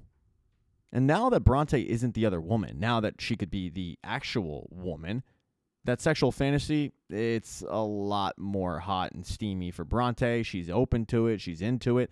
And they go upstairs and they do the damn thing. Afterwards, Bronte heads back downstairs. Joe starts getting dressed. But then he hears a tense conversation, and he can tell Clayton is in the house. He's like, what the hell is this guy doing here? So he goes downstairs to see, and Clayton is like, dude, get out of my face. And he punches Joe. But that's when Joe completely snaps. He sees that Clayton has knocked down Bronte, and he wants to come to her defense and do anything for her, and that is take out Clayton in that moment. And since Joe can't control his emotions, he ends up killing Clayton, bashing his head against a fireplace. As both Joe and Bronte are realizing what just took place, then two women burst out from the door, and they're filming the whole thing. But it's even worse than that. They're live on Instagram. And Joe immediately recognizes the one girl. She was doing the reading with Clayton that first night that he met Clayton and Clayton decided to read out Bronte's writing. She was pretending to be the other person in the story. And as this girl is telling the world, Clayton is dead and Joe Goldberg just did it, Joe looks at Bronte and says, we got to get out of here. But then he notices Bronte is not moving. In fact, Bronte is holding up the taser at Joe. And that's when Joe realizes he might have just gotten catfished by her. In episode 6, Joe is arrested, but he's not in jail for long. Kate's lawyers quickly get him out. He signs a bunch of paperwork, and he is released. But before he is actually released, while he's signing all that paperwork, he does see Bronte, who needs to make her statement to the police. Joe, meanwhile, heads back to the place where he shares with Kate, and Kate is frantically trying to get the video taken off the internet. When she finally does get off the phone, she is livid at Joe. She can't believe that he couldn't contain himself, that he had to kill somebody that badly, that he finally did it. Joe starts trying to do damage control, but Kate is seeing right through it. She then switches the topic and tells him, I told you to leave Reagan alone. And Joe plays dumb, but she screams back, don't play dumb with me. I know what you did. I know what you had her do. And Joe starts using those technicalities. Like, well, hey, I didn't kill Reagan. I mean, Maddie did. Joe tries one last-ditch attempt at trying to get in her good graces, but once that goes away, he says, you're complicit in this too. If I go down, so do you. But then it dawns on him that since he's been home, he hasn't seen Henry. And when he goes into Henry's bedroom, Henry's gone. And he quickly runs out and yells at Kate, where is my son? And she screams back, he's safe. Kate never reveals to Joe where she's keeping Henry. But when Joe got arrested, Henry was her main concern. She started to finally realize that what she did, taking Henry away from two guys that actually loved him dearly, was the wrong move. Because Joe doesn't really care about Henry. To Joe, Henry is just an extension of himself, which she relates to because of what her dad did to her. And that is when she tells Joe that while he was signing all those documents with her lawyers, she had her lawyers slip in a custody document, relinquishing all rights that he had as a parent to Kate. She figured that he'd be so wrapped up in his own crap that he wouldn't read any of the documents, and sure enough, he didn't. And when he threatens to take her to court, she laughs and says, with what money exactly? Everything you have is because of me. And when Joe steps to her, she pushes back. She tells him that outside of the door are armed bodyguards ready to come in at a moment's notice. As long as he behaves, he'll have access to her family resources. But if he tries to come back to the house, if he tries to run, he's going to be on his own. So now it's up to him to find a place to stay, and the obvious choice is the apartment at Mooney's. Now, while this is going on, Bronte has her one-on-one with the police to tell her side of things. And in fact, Joe was catfished. It really all starts with Guinevere Beck. Before Bronte and Joe ever actually met, they had a phone conversation. Because Beck was Bronte's TA. And she really meant a lot to Bronte because she was the first person to really encourage her about her writing. But Bronte had to leave school because her mom got sick, and while she was home in Ohio, that's when she found out the news that Guinevere Beck was killed, and she just couldn't believe it. So she kind of dug into the story. When Beck's book came out, just like everybody else, she dug into it, but was weird. It was like half written by Beck and then half finished by somebody else. And because of the fact that Bronte was close to Beck, she could tell. Of course, the rest of the world couldn't. They just ate it up. So she started to ask some questions about what actually happened to Guinevere Beck, and it turns out she wasn't the only one. That's when she met the others on a chat forum. They included Dominique, the girl that was filming Joe, Phoenix, the other girl that burst in, and Clayton. Dominique and Phoenix met online, and they bonded over the fact that their families are screwed over by the justice system, while Clayton he had vested interest in this story because his dad was Dr. Nicky. For the longest time, they were the only people that believed that Guinevere Beck might have been killed by Joe Goldberg because Joe wasn't well known. It wasn't like people knew that Beck was dating this Joe guy. Only a select few did, and one of those people was, in fact, Bronte. Of course, the story was that Joe died in the fire with Love, but then Joe resurfaced, and that's when everything really started to gain some traction. With her mother having passed away, Bronte decided to move to New York, meet up with Dom, Phoenix, Clayton, and maybe they could catch Joe Goldberg and catfish him. But it was Bronte who started to go rogue. She decided to break into the bookstore, and that's when she ran into Joe. He wasn't like anything she expected. He wasn't this stone-cold killer. I mean, even when she found the box in the basement, she wasn't all that freaked out because it was full of his own writing. And it was the writing that really started to turn the tide with Bronte. Because in the writing, Joe saw himself as this white knight, as a savior, not a killer. So Bronte started to question whether or not Joe was who they thought he was, a.k.a. the killer. While the others, they were convinced that they had Joe, and it was just a matter of time before they caught him. So they started these elaborate schemes. And I'm talking like the acting job at that writing event, the social media posts, all of it. And Joe just ate it up. One of them obviously being Clayton and Dominique showing up at the soft opening of Mooney's, which is something that Bronte didn't really want. But Clayton, hell-bent on catching Joe, wanted to speed things up. That's really where the relationship between Clayton and Bronte started to fracture. When Clayton actually did put his hands on Bronte, she wasn't a fan of that, but it did show Joe's violent side, at least to Phoenix and Dominique and Clayton. To Bronte, it showed that he was, in fact, trying to be that knight, that savior figure. Fact is, Bronte was starting to fall for the guy that she was actually supposed to be catfishing. And when it came time for her to actually do it and catch him in the act, she couldn't go through with it. But when Bronte got down the shore, she figured that she didn't want to go through the plan that they had already come up with, so she called up Joe and she said, "I'm sorry, we got to go our separate ways, I can't do this." What she wasn't expecting was that Clayton would have his own plan. That plan including putting up an Instagram post that would lure Joe to the shore and make Joe think that Clayton was stealing his girl from him, which would cause Joe to be violent. It's true that Bronte wasn't expecting Joe to actually come to the shore, but when he did, she tased him, and then she called up Dominique and said, "Hey, don't come here because Joe is here."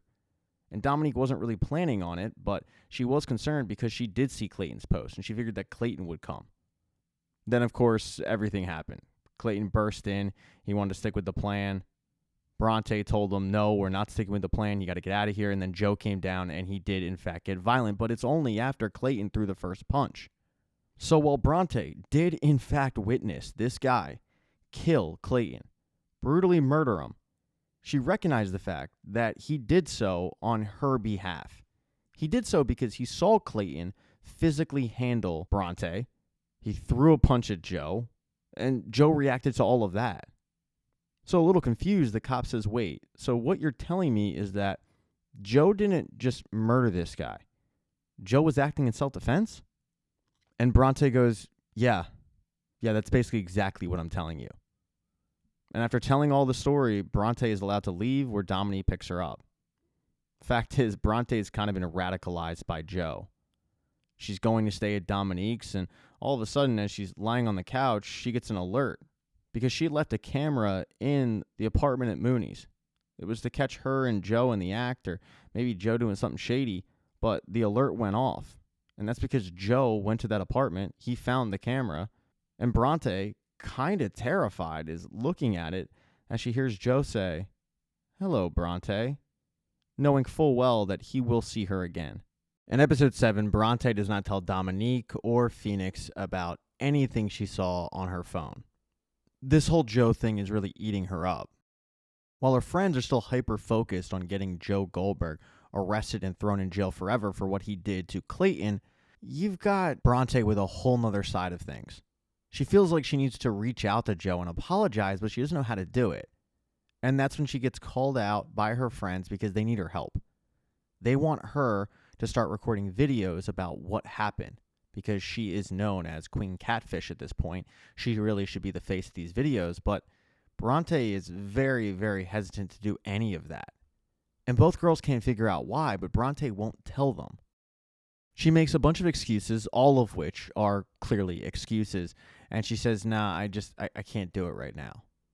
And eventually, Dominique goes to her and says, all right, what's going on with you?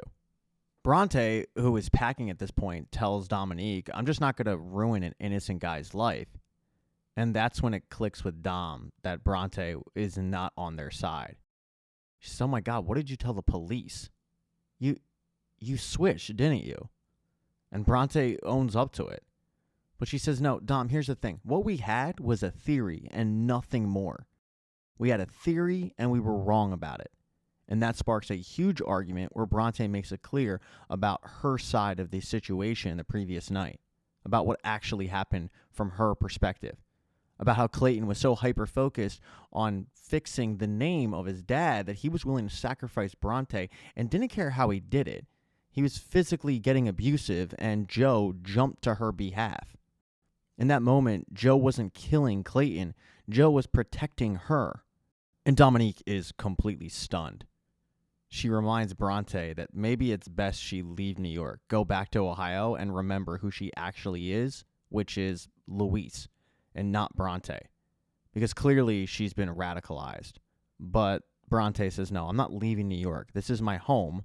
I just think you guys are wrong. And then she takes off. But she doesn't really have a plan. As for Joe, meanwhile, he is all over the newspapers and not for anything good. The headline reads, Joe Gold murderer, humanitarian or homicidal maniac. And since it's New York City, well, it's everywhere. So he has to kind of sequester into his apartment. He keeps trying to get in touch with Kate to talk to Henry, but that's going nowhere. And eventually, he does meet with his lawyer.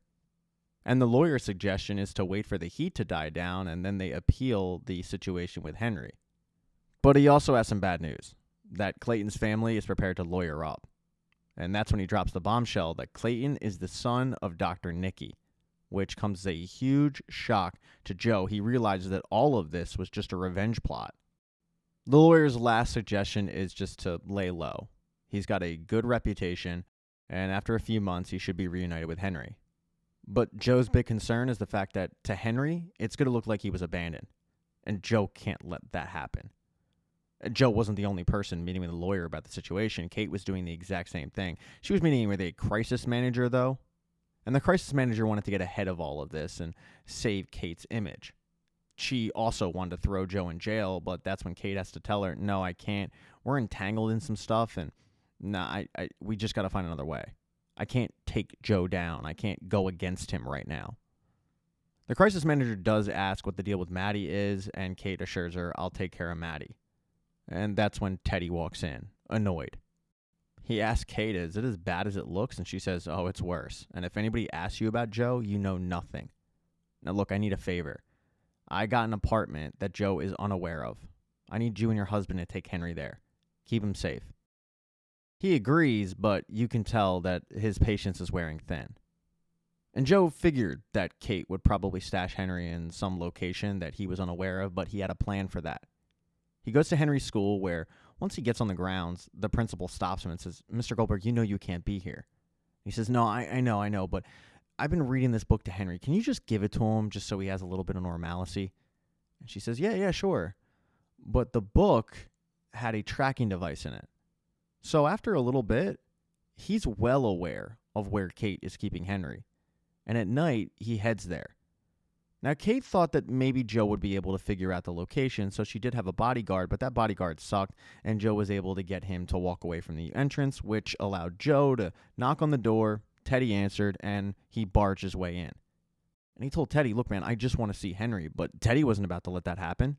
He, after all, hearing everything that Joe did, knows how dangerous of a person he is, so he arms himself, and he grabs a knife. But that causes a bit of a struggle between the two as Joe is trying to get the knife away from Teddy. And they both stop when they hear Henry on the steps say, Dad? And Joe has to do damage control. He tells Henry, hey, bud, me and Uncle Teddy, we were just messing around, man. We were just playing. But then he goes into talking to Henry, knowing full well that time might be limited. He asks him how everything's going, and Henry tells him it's been tough. People aren't talking to him at school. Joe gives him a quick pep talk about that, but reminds him how much he loves him. And then eventually the security does come in. They grab Joe. They start taking him out. And Joe is screaming to Henry, "I didn't abandon you. I love you. I'll see you soon." And Henry is left on the steps screaming for his dad, likely traumatized a little bit. When Joe gets home that night, he is in a horrible mood. He didn't want Henry to see him treated like that, but yet he did. And his night goes from bad to worse when he hops online and he sees that Joe Goldberg is trending. And that's because Dominique and Phoenix decided to go live on Instagram and tell the world exactly what happened and all the findings they have that link Joe to a series of killings.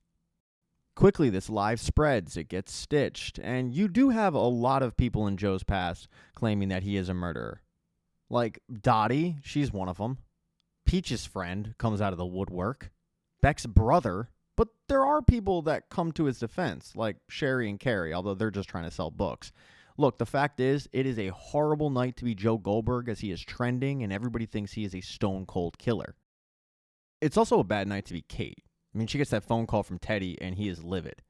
And Kate basically loses her biggest ally in Teddy. He's fed up. He's had enough. He doesn't want to be a part of this anymore. And he basically tells Kate, you need to find a way to get this guy in jail. Up until this point, Kate had been telling Teddy, well, if I turn on Joe, then he's going to turn on me, and what does that do to my image? I mean, what do you think would happen to me? I'd get thrown in jail. But Teddy is beyond caring at this point. He feels like he was attacked by Joe. He thinks he's dangerous. He thinks he needs to be thrown behind bars, and he doesn't want to hear from Kate until it happens. Now, the next day when Joe does wake up, he talks to his lawyer, and it's not much better. Even though Joe claims that there's zero evidence to support any of it, his lawyer has to remind him that in the court of public opinion, it looks pretty bad, and there's not a lot Joe can do about it. And he's pissed. But then he realizes maybe there is something he can do about it because he knows a PR expert, and that is Maddie. Now, Maddie has been stressed out this entire time. The previous day, she had a one-on-one conversation with Kate where Kate assured her that she would find a way to get Maddie everything she wanted. I mean, Maddie living this double life as Reagan is just eating at her. And Kate's solution is essentially to put her in rehab. I mean, she claims it's a spa, and it's not like Maddie is addicted to anything, but it's a retreat. She'd be gone for about a month, and Kate tells her, when you get out, we'll figure everything out, and you'll get everything you want. And it seems like Maddie is on board with that idea because she can't keep living this double life. And once Kate got the okay, she did text her crisis manager, all right, Maddie's taken care of. Consider that one done. So initially, when Maddie gets the phone call from Joe and a text message, she doesn't want to answer it. But it also came with a video of Maddie killing Reagan. And at that point, Joe's got her. I mean, Maddie can't let that out. So Maddie heads to the bookstore to meet with Joe and figure out what he wants. And he makes it clear, if you help me with your PR skills, I won't release this video of you killing your sister. And with no real option, Maddie is forced to help him out. She finds a quasi Larry King of TikTok influencers who usually is really tough on guys like Joe to interview him. This person owes a lot to Maddie and the family, so she knows what the questions will be. They can pre-rehearse them, and because of the fact that the interviewer is usually really tough on guys like Joe, the fact that Joe will already have pre-planned everything, he's going to come out looking really good in this one. So that's what they do. They set it up for an interview in the bookstore, and Joe is miserable. I mean, he can't believe that it's come to this, being interviewed by the Larry King of TikTok. But when the interview goes live, it's got a bunch of eyeballs on it, including Bronte. She stopped by the bookstore, she saw the interview going down, and she decided to watch it live, see what Joe was saying. And Joe was honest about the affair. He was asked if he was in love with Bronte, and he pussyfooted around that conversation. And at one point during the interview, he says that Louise Flannery was the biggest regret of his entire life. And that's when Bronte stops the live. She opens up her phone, and she texts Joe, for what it's worth, I told the police you were protecting me. But Joe was in the middle of an interview. He's not looking at his phone. He continues to answer these questions, as best he can, trying hard to turn the court of public opinion on his side. And one of the ways he's going to do that is by showing the world the cage in the basement. He doesn't want to do it. He actually hates doing it. He's mad at Bronte because he feels like she's forcing him to do this, but he does. He tells the world that this is what a lot of people envision when you read Carrie and Sherry's book, but in reality, it's a box to harbor really old books. But then he starts talking about what that box meant to him and how his relationship with Mr. Moody was complicated because while Mr. Moody loved him, he was also abusive and wanted to make a man out of him, and he would stick him in there for days on end. And while Joe is trying to keep a strong face, eventually he just breaks down at the thought of it, and they have to stop the interview. And Maddie steps in. She gives him a bit of a pep talk and basically tells him to get his crap together. And that's when Joe does look at his phone. He sees the text from Bronte, and it changes everything.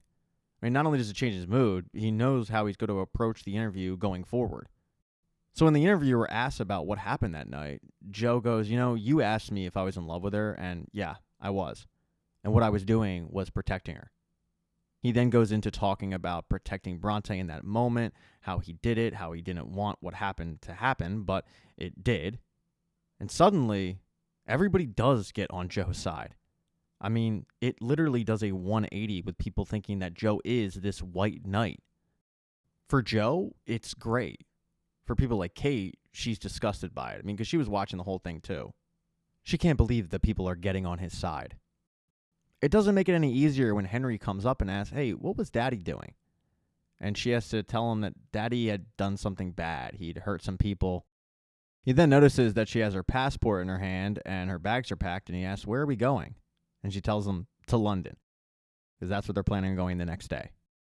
But not too far away, Joe is in his apartment at Moody's, and he's watching the reaction come in live with people suddenly getting on his side.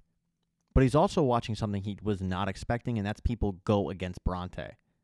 And at first, it just seems harmless, but then he sees a video where somebody caught Bronte on the street. She had booked a bus ticket back home to Ohio. She decided that she was going to follow Dominique's advice, and she was walking to the bus stop. And now you've got Joe concerned that these psychopaths will be after her. And sure enough, one was. When Bronte stopped to help this guy when he dropped something in his van, the guy attacked her. But luckily, Joe wasn't too far away. He dragged the guy out of the car, and he bashed his head in. And because it's New York City, that sort of thing is just normal, so everybody just kept walking by, and nobody noticed. And the next day, when Joe wakes up, the front page on the paper tells a very different story. All of a sudden, Joe's looking pretty good. But when he gets home to his apartment, he's not the only one there. Because after he seemingly killed that guy, he decided to bring Bronte home. And she's chained to his bed. But that is the same day that Kate and Henry went back to London. And they didn't just go back to London to get away from Joe. Kate wanted to right a wrong. She goes to the prison and she meets with Nadia. And she tells her that she wants to get Nadia out of there, and she feels like she's in a position to do so because she helped put Nadia in there. And then she looks at her and tells her, we're going to take Joe Goldberg down. In episode 8, as you can imagine, Nadia doesn't really want to talk to Kate. She's pissed off. She's angry that Kate was somebody who influenced the fact that she is in prison in the first place. But Kate assures her, I want to take Joe down, and I'm going to get you out of here. And sure enough, she does. I mean, it's in the middle of the night, and it's all above board, but it is also kind of kept under wraps because, well, Nadia's case was pretty high profile. But still, Nadia is hesitant to trust Kate, and who could blame her? But Kate knows that she's not looking to be forgiven. She's literally looking to put Joe away for life, and she knows that with Nadia's eyewitness testimony, that can be a thing. She also, by the way, learns from Nadia that Joe was the Eat the Rich killer, which was something that she didn't realize. But now, her eyes are wide open, and she's realizing that she was blind to a lot of what Joe was doing. Meanwhile, back in New York City, when Bronte does finally wake up, she's a little concerned. She wants to know why exactly she's chained up, and Joe gives her some crap on, oh, I know that you rolled your ankle, and I didn't want you getting up and putting weight on it, so I handcuffed you to the bed. And Bronte, for whatever reason, buys this, but you can tell that she's a little scared of Joe. She's not quite sure what he's capable of. And then her memory starts coming back to her. the fact that she was attacked by some random guy on the street and that Joe must have come to her defense. He explains that the guy saw some unsavory things about her on the internet, and man, how much it sucks when people just believe what they want to that's written about you on the internet. That's when Bronte feels like they probably should address the elephant in the room, the whole catfish situation, and Bronte starts from the beginning, telling Joe the whole story. And what catches Joe really off guard is the fact that Bronte was friends with Beck. He didn't see that coming at all. But she also tells him that while at first their relationship was strictly a catfish situation, she did start to fall for him. And she started to realize he's not this monster. This takes a lot of the tension out of the room, and the two sit down and they start combing social media, laughing over the things that people are saying about them. But Joe is still skeptical to believe Bronte, so he asks her, hey, tell me something true about you. And she tells him that she crashed a stranger's funeral just to see if she would cry. Because when her mom died, she didn't shed a tear. And she admits to Joe it's because she wanted her mom to die. It's the fact that her mom was in so much pain, she just wanted her mom to not be experiencing that, and Joe gives her some comforting words. It comes time for Joe to admit something that's true, and his thing is he wanted to kill Clayton because he wanted to protect Bronte, because he would do anything to protect her. And she admits that that is a little scary, but she also finds it weirdly comforting, and now a monkey has been taking off Joe's back. He doesn't feel like he's being judged for who he is. So he wants to take things a step further, and he brings Bronte down to the basement, covering her eyes, but when he reveals what's down there, she is shocked. Because what's down there is the guy that attacked her. He's in the cage. And Joe tells her, I will do whatever you want. You want me to kill him? I'll kill him. You want me to kill him with a certain weapon? I'll do that too. If you want me to let him go, I'll do that. But just know, it is up to you. And Bronte is a little freaked out by this. Joe tells her that he doesn't want to hide who he truly is anymore. So what's in that cage is a sort of offering. Because a life with him means that no one would ever hurt her ever again. But ultimately, the choice is going to be hers. And then he starts getting a phone call. And it's from Maddie. He answers it, and Maddie's got a bit of an issue. She was over with Harrison pretending to be Reagan, but she got all hot and bothered when she saw Harrison being a dad, and she started to fool around with him, but it became clear to Harrison that it wasn't Reagan. It was, in fact, Maddie, and it caused Maddie to crack. And by crack, I mean she cracked him over the head with something and knocked him out, and now Maddie is freaking out, needing Joe's assistance. So Joe was going to have to leave Bronte downstairs in the basement with this guy locked up in the cage. And she says, what the hell am I supposed to do? And he says, well, just talk to him. Figure out why he wanted to do what he wanted to do, and then figure out what you want me to do. But I'll be back. As Joe leaves, he is convinced that Bronte will show him who she really is, which is the girl he's been waiting for, the girl who won't judge him for what he wants, this primal instinct, but the girl who will embrace it and want it. When he gets over to Reagan and Harrison's place, though, Maddie has gotten him tied up in a chair, and he's freaking out, telling Joe that he's going to go down for this, he'll be arrested, thrown in jail, all that stuff. But Maddie and Joe need to figure out what exactly they're going to do with him. And Maddie is adamant that they cannot kill Harrison. She asks Joe to work his magic and convince Harrison to come on their side, just like he did with her back in the cage. So Joe tries. He starts pitching Harrison on this life that he can have with Maddie, the one that he was actually in love with the whole time. He explains the plan of Reagan, quote, going down to the Bahamas or wherever, renting a boat and getting lost, dying. And that's when they can have this marriage that they've wanted. All of it is literally what Harrison and Maddie had dreamed of. He just has to go along with it. The thing is, Harrison doesn't want to go along with it. He can't live with himself knowing that Reagan, his wife, would be killed, and he just kind of let it happen. He was an accomplice in it. So as much as Joe pushes, he says, no, I can't do that. And at this point, Joe goes, okay, we tried. We got to kill him. But Maddie says, no. Give me a little bit. Give me a little bit of time. I'll work on him. Don't worry about it. I'm convinced that he's pretty close to cracking, and I can get him on our side. So Joe agrees. He gives her 15 minutes, and meanwhile, he is just looking at the security camera footage of Bronte and this random guy in the basement as Bronte does what she was told. She starts questioning this guy, finding out a little bit of backstory. Turns out they have some things in common, like his mother is sick, he's taking care of her just like Bronte did. After a little bit, it seems like he's kind of an okay guy. He just got swept up in the rush of the anti-Bronte movement, but he's not. He's a stone-cold psycho, and he has no problem hurting women. While he might not hurt Bronte in the future, he will hurt others. That's become clear. But while Joe is watching this, he gets a phone call from a shocking number.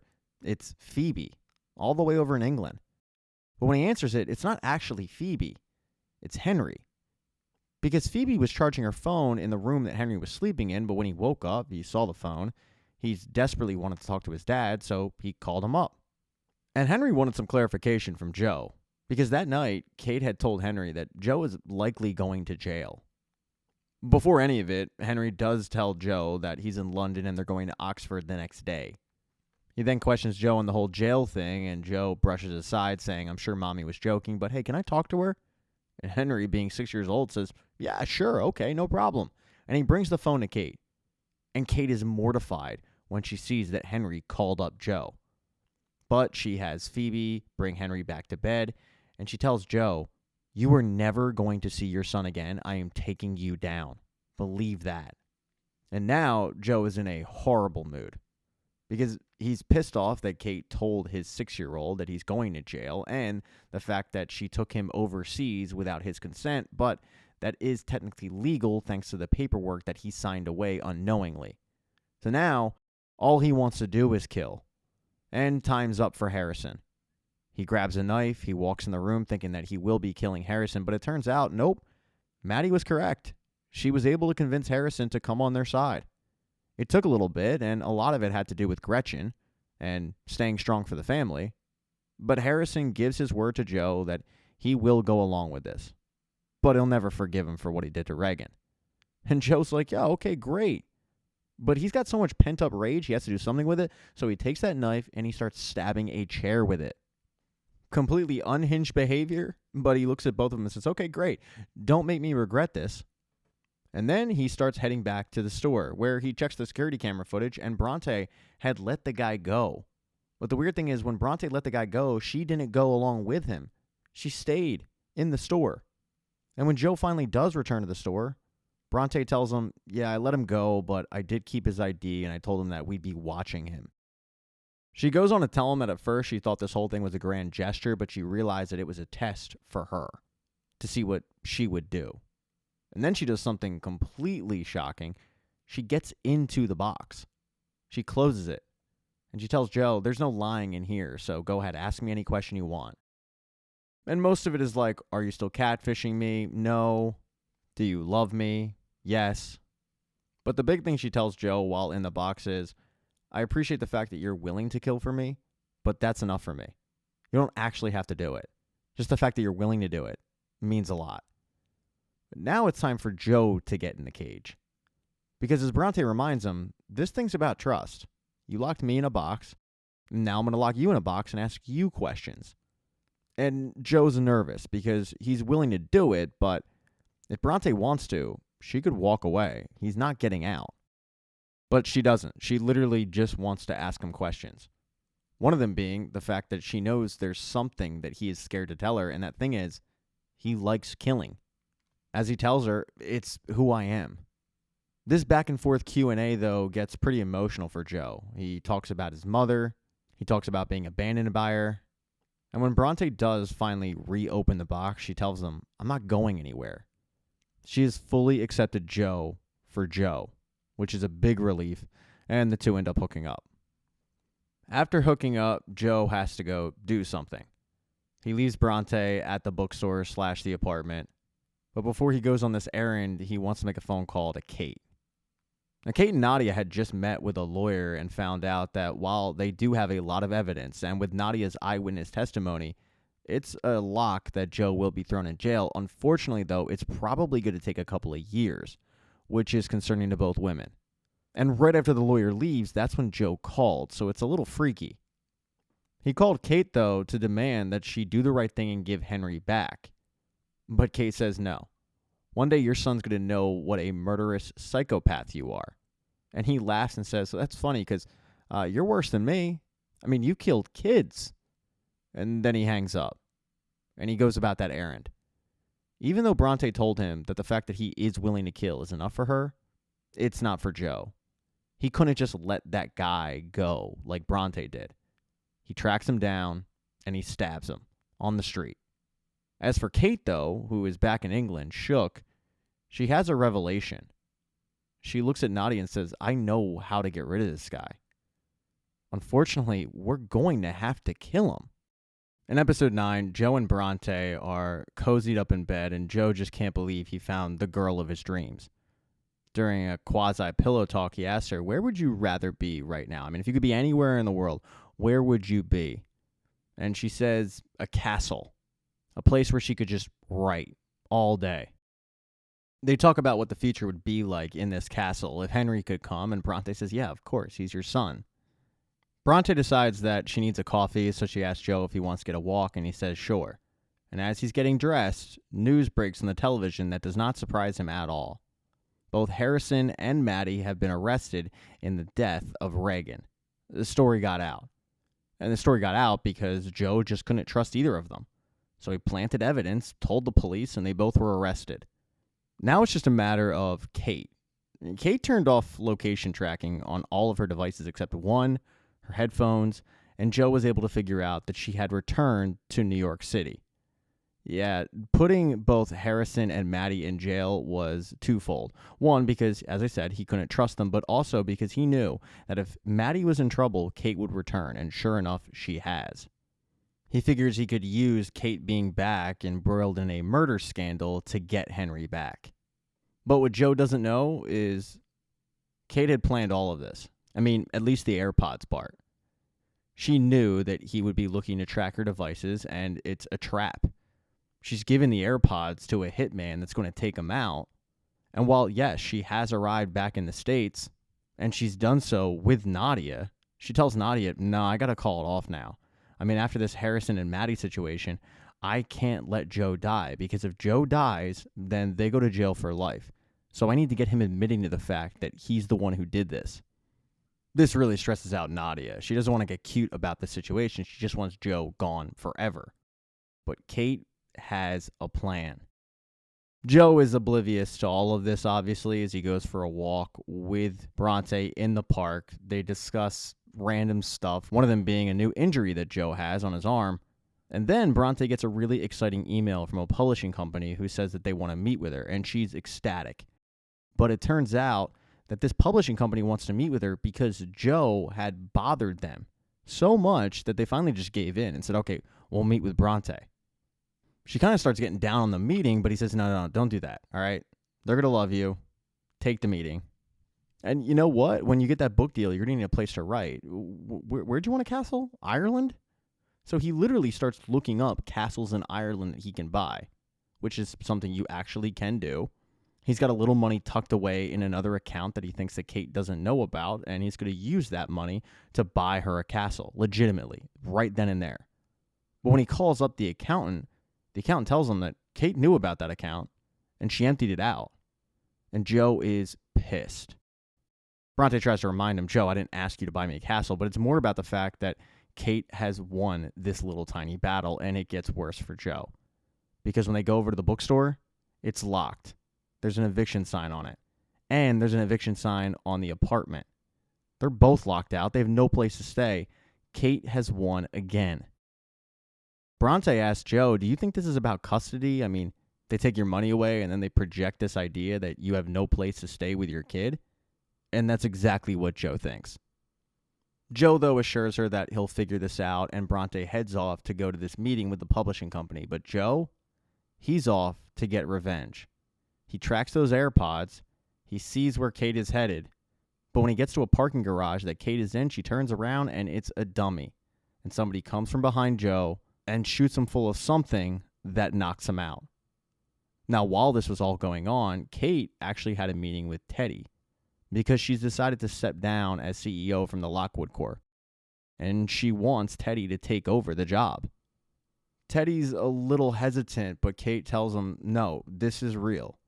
I put some feelers out to the board, and they're ecstatic. I mean, they want a Lockwood in charge, but they're happy that it's not one of, his kids that he acknowledged. She starts hyping up Teddy, reminding him that he can do this job, but he finally looks at her and says, wait, why am I getting a sense of finality with you? I mean, are you okay? And she tells him, no, but I will be. She then ends the meeting with Teddy and heads over to the bookstore to meet up with Nadia, because after drugging Joe, they put him in his own cage. And when he wakes up, he is shocked because there's Nadia and there's Kate, and he can't get out. And he starts looking for the key that he planted in there, but they tell him, yeah, Joe, we found that.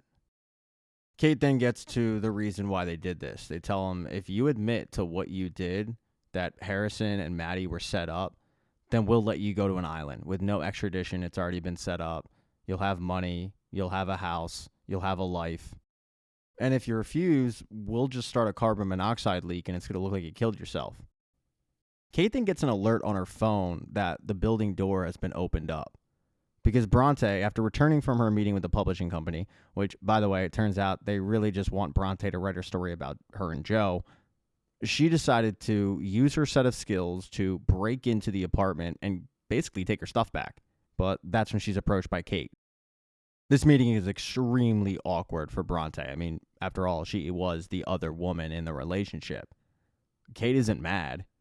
She tells Bronte, I get it. Like, there's something about that guy that just makes you forget yourself. And then she tries to remind Bronte why she went after Joe in the first place by asking her, you really think Joe didn't kill Guinevere Beck? Bronte gets super defensive, which is understandable, but Kate persists, trying to get through to Bronte who Joe actually is. Kate's phone then buzzes again, and she tells Bronte, okay, we're done. You can take what you want, but if you're not gone in 10 minutes, I gotta call the cops for trespassing, so please get out. And then Kate returns to the basement, where unfortunately Nadia was unsuccessful in trying to convince Joe to confess to Reese's murder. He wasn't about to do that. When Kate does return, Joe was trying some of his Jedi mind tricks on Nadia, but Kate reminded Nadia, yeah, this is what he does. This is what he's good at. Then Nadia stands up and asks Joe a question he was not expecting. Does Marianne Bellamy ever haunt you? And Joe can't figure out how either woman know this. And then Nadia says something even more shocking. They tell him, yeah, we know you tried to kill her. And in his head, Joe's like, tried? I did kill her. But no, he didn't. Because Marianne walks into the room. And it's as if Joe has seen a ghost. Like the true psycho he is, Joe stands up and acts like he's happy to see Marianne, that he's happy to see her alive. But Marianne just came to see this man locked up. Joe desperately tries to turn Marianne on his side by reminding her how much he did for her and how he saved her, and then reminding her that she's not that great of a mother. But Marianne at this point is a different kind of Marianne. She's strong, and she's not about to give in to Joe's BS. So when Joe tells her, I saved you. I mean, I've spent my entire life saving women like you from dangerous men. She emphatically shoots back, no matter what you do, you are going to die in here. And then she has to go upstairs to the bookstore to just get some air. But while she's trying to collect her thoughts, she gets a knock on the window, and it's Bronte, who noticed as she was leaving the apartment that there was somebody in the bookstore. And Marianne decided to let her in because Marianne recognizes Bronte, but more importantly, Bronte recognizes Marianne. After all, she did all that digging on the victims of Joe Goldberg. And she's shocked to find out that Marianne is alive. The two women sit down, and Marianne tries the same thing that Kate did earlier, trying to convince Bronte that the guy that she fell for is a psycho. He is a serial killer, and she needs to trust her original instincts about him. Marianne actually gets through to Bronte. And right before a very, very frazzled Bronte leaves, Marianne tells her, hey, don't forget what brought you here in the first place, i.e. the death of Guinevere Beck. Bronte heads out, and Marianne stays upstairs in the bookstore. Downstairs in the basement, though, Kate and Nadia have an issue. Because after what Marianne said about Joe dying in there, Joe now knows that they have no plans on letting him go. And Kate tries to convince him, no, we're going to. But Nadia says, come on, jig's up. We might as well kill him now. And when Joe asks them, do you guys really think the cops are going to buy this suicide thing? Kate tells him, I'm prepared for the consequences. So if I have to go to prison, then that's fine. And Henry, he'll go back to his dad's in California, where he should be. And that sets Joe off. I mean, the fact that she planned out where Henry will go in case both of them are gone, he just loses it. He starts screaming at Kate, and that's when Nadia can't take it anymore, and she pulls a gun. And Kate has to knock some sense into Nadia by dragging her upstairs and having a conversation with her where Marianne joins in. And both Kate and Marianne remind Nadia that shooting Joe was not part of their plan. Nadia, though, reminds both women that if they want Joe dead, they have to do it now because the justice system has never been on their side. And that's when Kate steps up and says, fine, I'll do it. I mean, both of you women have been through enough as is. I will kill him alone. Both Nadia and Marianne try to kind of convince Kate out of this, but there is no convincing Kate out of it. And Kate asks Marianne, just make sure that Henry adjusts to life out in California again. You know both guys. You know this is what's best for him. She lets both women go. She grabs the gun and she heads downstairs. But when she gets down there, Joe isn't in the cage anymore. Because even though Joe had planted a fake key in the cage and both women found it, for whatever reason, he decided that a couple days before would be a good time to plant a second key in his arm. That's what the bandage was. So when he finally had some alone time, he opened up the stitches, he found the key, and he freed himself. And when Kate came downstairs, he attacked. They had a tussle for the gun, and Kate ended up getting shot. He then knocked Kate out and was planning on killing her, but then he heard a familiar voice from up top, and it was Maddie. Maddie had been freed from jail after Harrison took the blame for everything, even though it wasn't all him. And Maddie, who at this point is mentally kind of gone, was frantically looking for Kate, having no luck. She called up Teddy. Teddy didn't know. And then she found herself at the bookstore. And she decided, you know what? This place needs to burn. Not realizing that there were actually people in there. But when she heard the commotion, she yelled down and she heard Joe and she locked him inside. She then showed Joe the tools that she was going to use to burn down the bookstore and thus burn him alive. And even after Joe told her, no, you can't do that, Kate is down here, Maddie just didn't believe her. So Maddie spread a bunch of alcohol throughout the store and then lit a match and watched it burn and exited. It looked like it was going to be the end of Joe, but then he remembered, oh, Kate has a phone. And when he went downstairs, Kate had moved and she attacked Joe out of nowhere, knocking him out. But they both are badly hurt. Kate with a bullet wound, Joe with a head wound. The store is on fire. It's not looking good.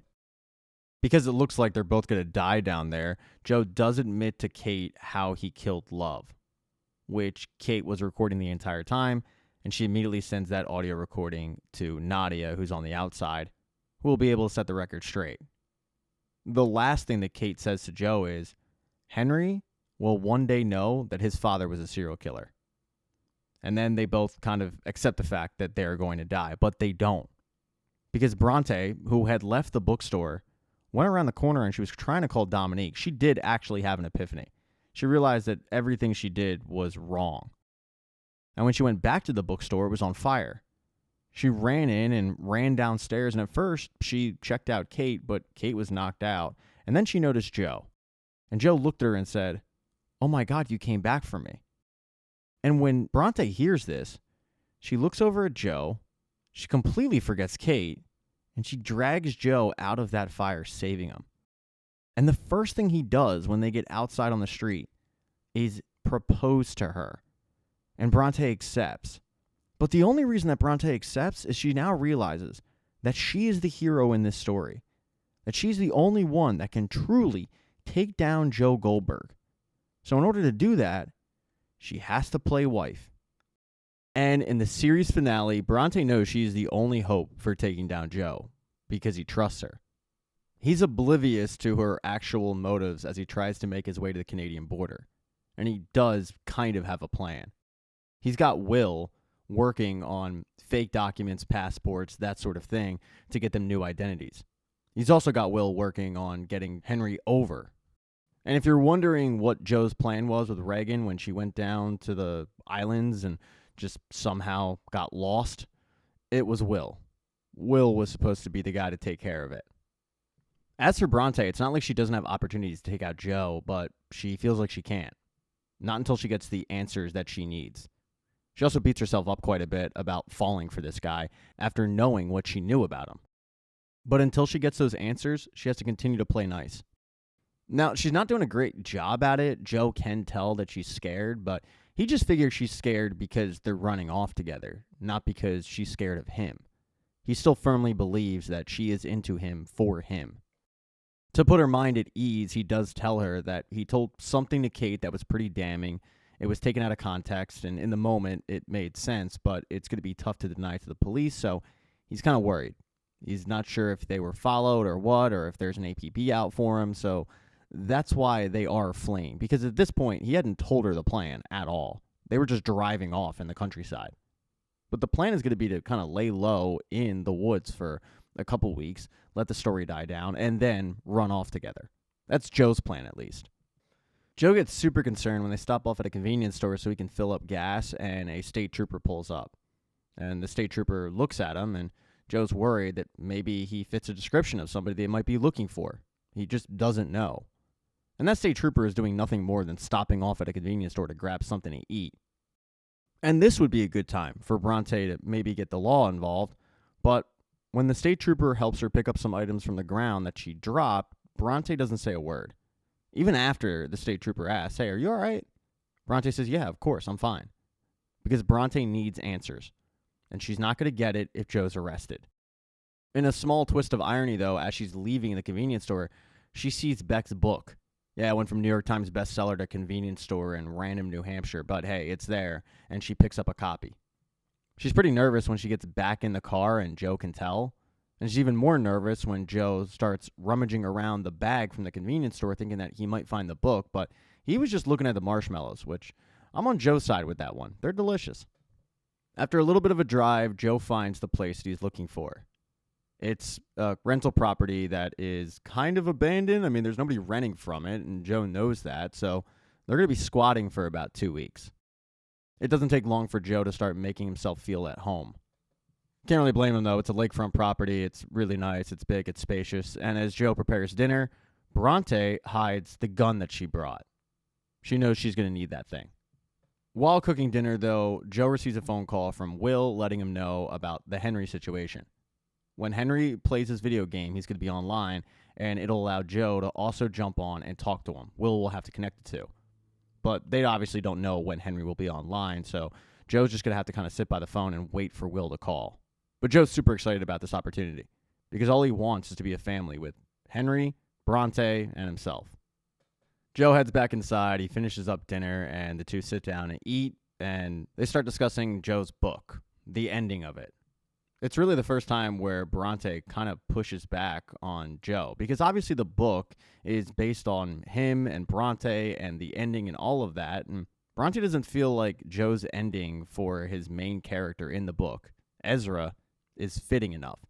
She doesn't feel like he's been punished enough, which Joe's a little curious about. Like, what do you mean?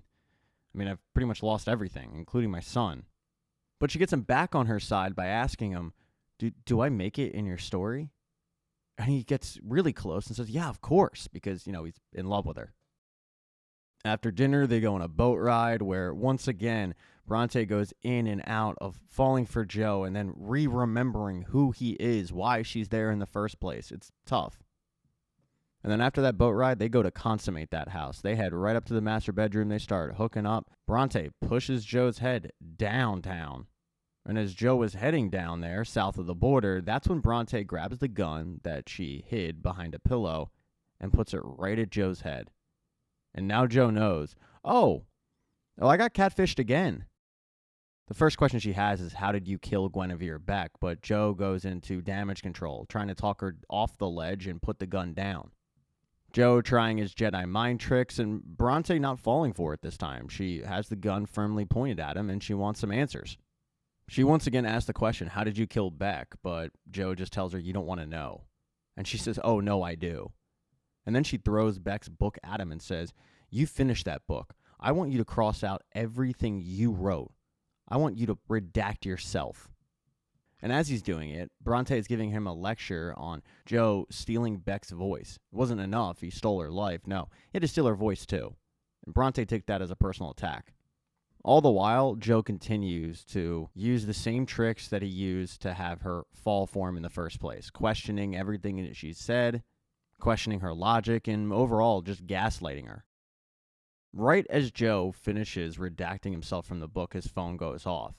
And Bronte doesn't want to let him answer it, but he explains it could be Henry, and she says, okay, fine, put it on speakerphone. And Will hooks it up, and sure enough, yeah, it's Henry. But he does not want to talk to Joe. He's despondent, he's short with him. He does tell Joe that he is with Uncle Teddy, but as Joe continues to try to extract more information from him, Henry asks him, what did you do to Mommy? And Joe says, nothing. And then Henry tells Joe, you used to tell me there were no monsters in my room, but you lied because you were the monster. And then he hangs up. It's extremely tough for Joe to hear, and the only thing going through his head is the fact that Kate predicted it. She said, the last thing she said to him was, your son will know that you are a serial killer. All of a sudden, Joe starts looking inward. He starts going through like the 7 stages of grief, and he starts screaming, how did I become this person? He can't believe that his own son has turned on him, but he has. He looks up at Bronte and says, is this what I deserve? And Bronte, who still has the gun pointed at him, says, I don't know what you deserve, Joe, but you're not the victim. He asks Bronte, how do you think that this will be any different? I mean, I'm still here. And she says, you know how it'll be different? Because even I've turned on you. And that's when Joe knows that there's nothing he can say to get Bronte on his side, so he attacks her. He starts trying to kill her. She starts trying to get away. They both are jockeying for the gun. And when it goes off, Bronte does end up getting shot, but she is able to flee out of the house, and Joe goes after her. Now, it's night, so it's not easy to find somebody. And as Joe looks for Bronte outside, she's able to sneak around to the house and get back in, and she starts looking for her phone. The problem is there's so much blood on the phone and her finger that she can't properly press 911. Every time she tries, it messes up. And then when she looks outside of the window, here comes Joe, so she locks the door. She waits for Joe to enter the house, and then she jumps out the window. So when Joe does finally burst into that room, Bronte's gone. She's back outside. But the problem at this point is Bronte's been shot, her ankle's messed up, and she's hobbling. And now at this point, it's not hard for Joe to find her. And he does. He tells her that when he twisted her ankle on purpose, he did so just to keep her around long enough so that they could talk. And Bronte's like, yeah, of course it was you. I mean, it was always going to end this way, wasn't it? And Joe loses it and says, no, it didn't have to. But you're ungrateful. You're spiteful. I mean, I made you special. And you're too selfish to know how good you had it. And Bronte just laughs and says, oh, there it is. That's the real you. You're a pathetic misogynist. And then Joe goes and attacks her. He pins her down. He screams, do you want to know how I killed Beck? Let me show you. She's able to stab him, though, in the side with something that she got from the convenience store. It was like a keychain, but something to keep women safe with pointy edges for guys like Joe.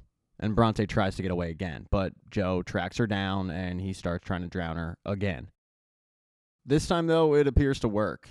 But as Joe is admiring his work, he hears sirens from the cops. They come, you figure, because of the gunshots, and he flees off into the woods. He does kill one state trooper, but as he continues to make his way throughout this wooded area, there's one person that catches him, and it's Bronte. She didn't die. She faked it. And she went back in the house, grabbed the gun, came back outside, and she's cornered him in the woods, and she's got him dead to rights. And Joe actually begs her to pull the trigger and finish it, but she doesn't want to do that because that's what he would want. And at one point, he calls her Bronte, but she says, no, my name is Louise Flannery. And then when Joe actually makes a play for the gun, Louise Flannery pulls the trigger, and she shoots Joe. She shoots him in the dick. Good on Louise. Good aim. At the sound of the gunshot, the rest of the state troopers come in, they grab Joe, and Joe gets arrested. And when Joe is put to trial, it is a huge, huge story. Not only is Joe thrown in prison for a long time, the world knows what happened to his dick, and they revel in it. He got thrown in jail, life without parole. Dr. Nikki was vindicated. And you've got Dominique and Phoenix doing the rounds on podcasts talking about how they had an impact on this sentencing. As for Nadia, she took her degree in teaching, and now she teaches women in prison about getting over trauma, just like she had to. Harrison, Maddie, and Gretchen are once again a family. Now, Harrison was in jail for 48 hours, but somehow he managed to get a neck tattoo, but eventually he was freed. He didn't do anything. And as for Maddie, even though she played a part in her sister's death, because of the circumstances, the court was pretty lenient on her. She had to go to rehab for her pill addiction, but other than that, she came back out and she's better now. And not only that, she's pregnant with twins. Oh, and then Henry's living with his mother, Kate. She had survived the fire. Now she's got a nasty scar on her arm, but she's fine. Doing much better now that Joe's in jail. And when she has dinner with Teddy and his husband, Teddy lets her know that the Lockwood Corps is now 100% non-profit. They're simply doing good.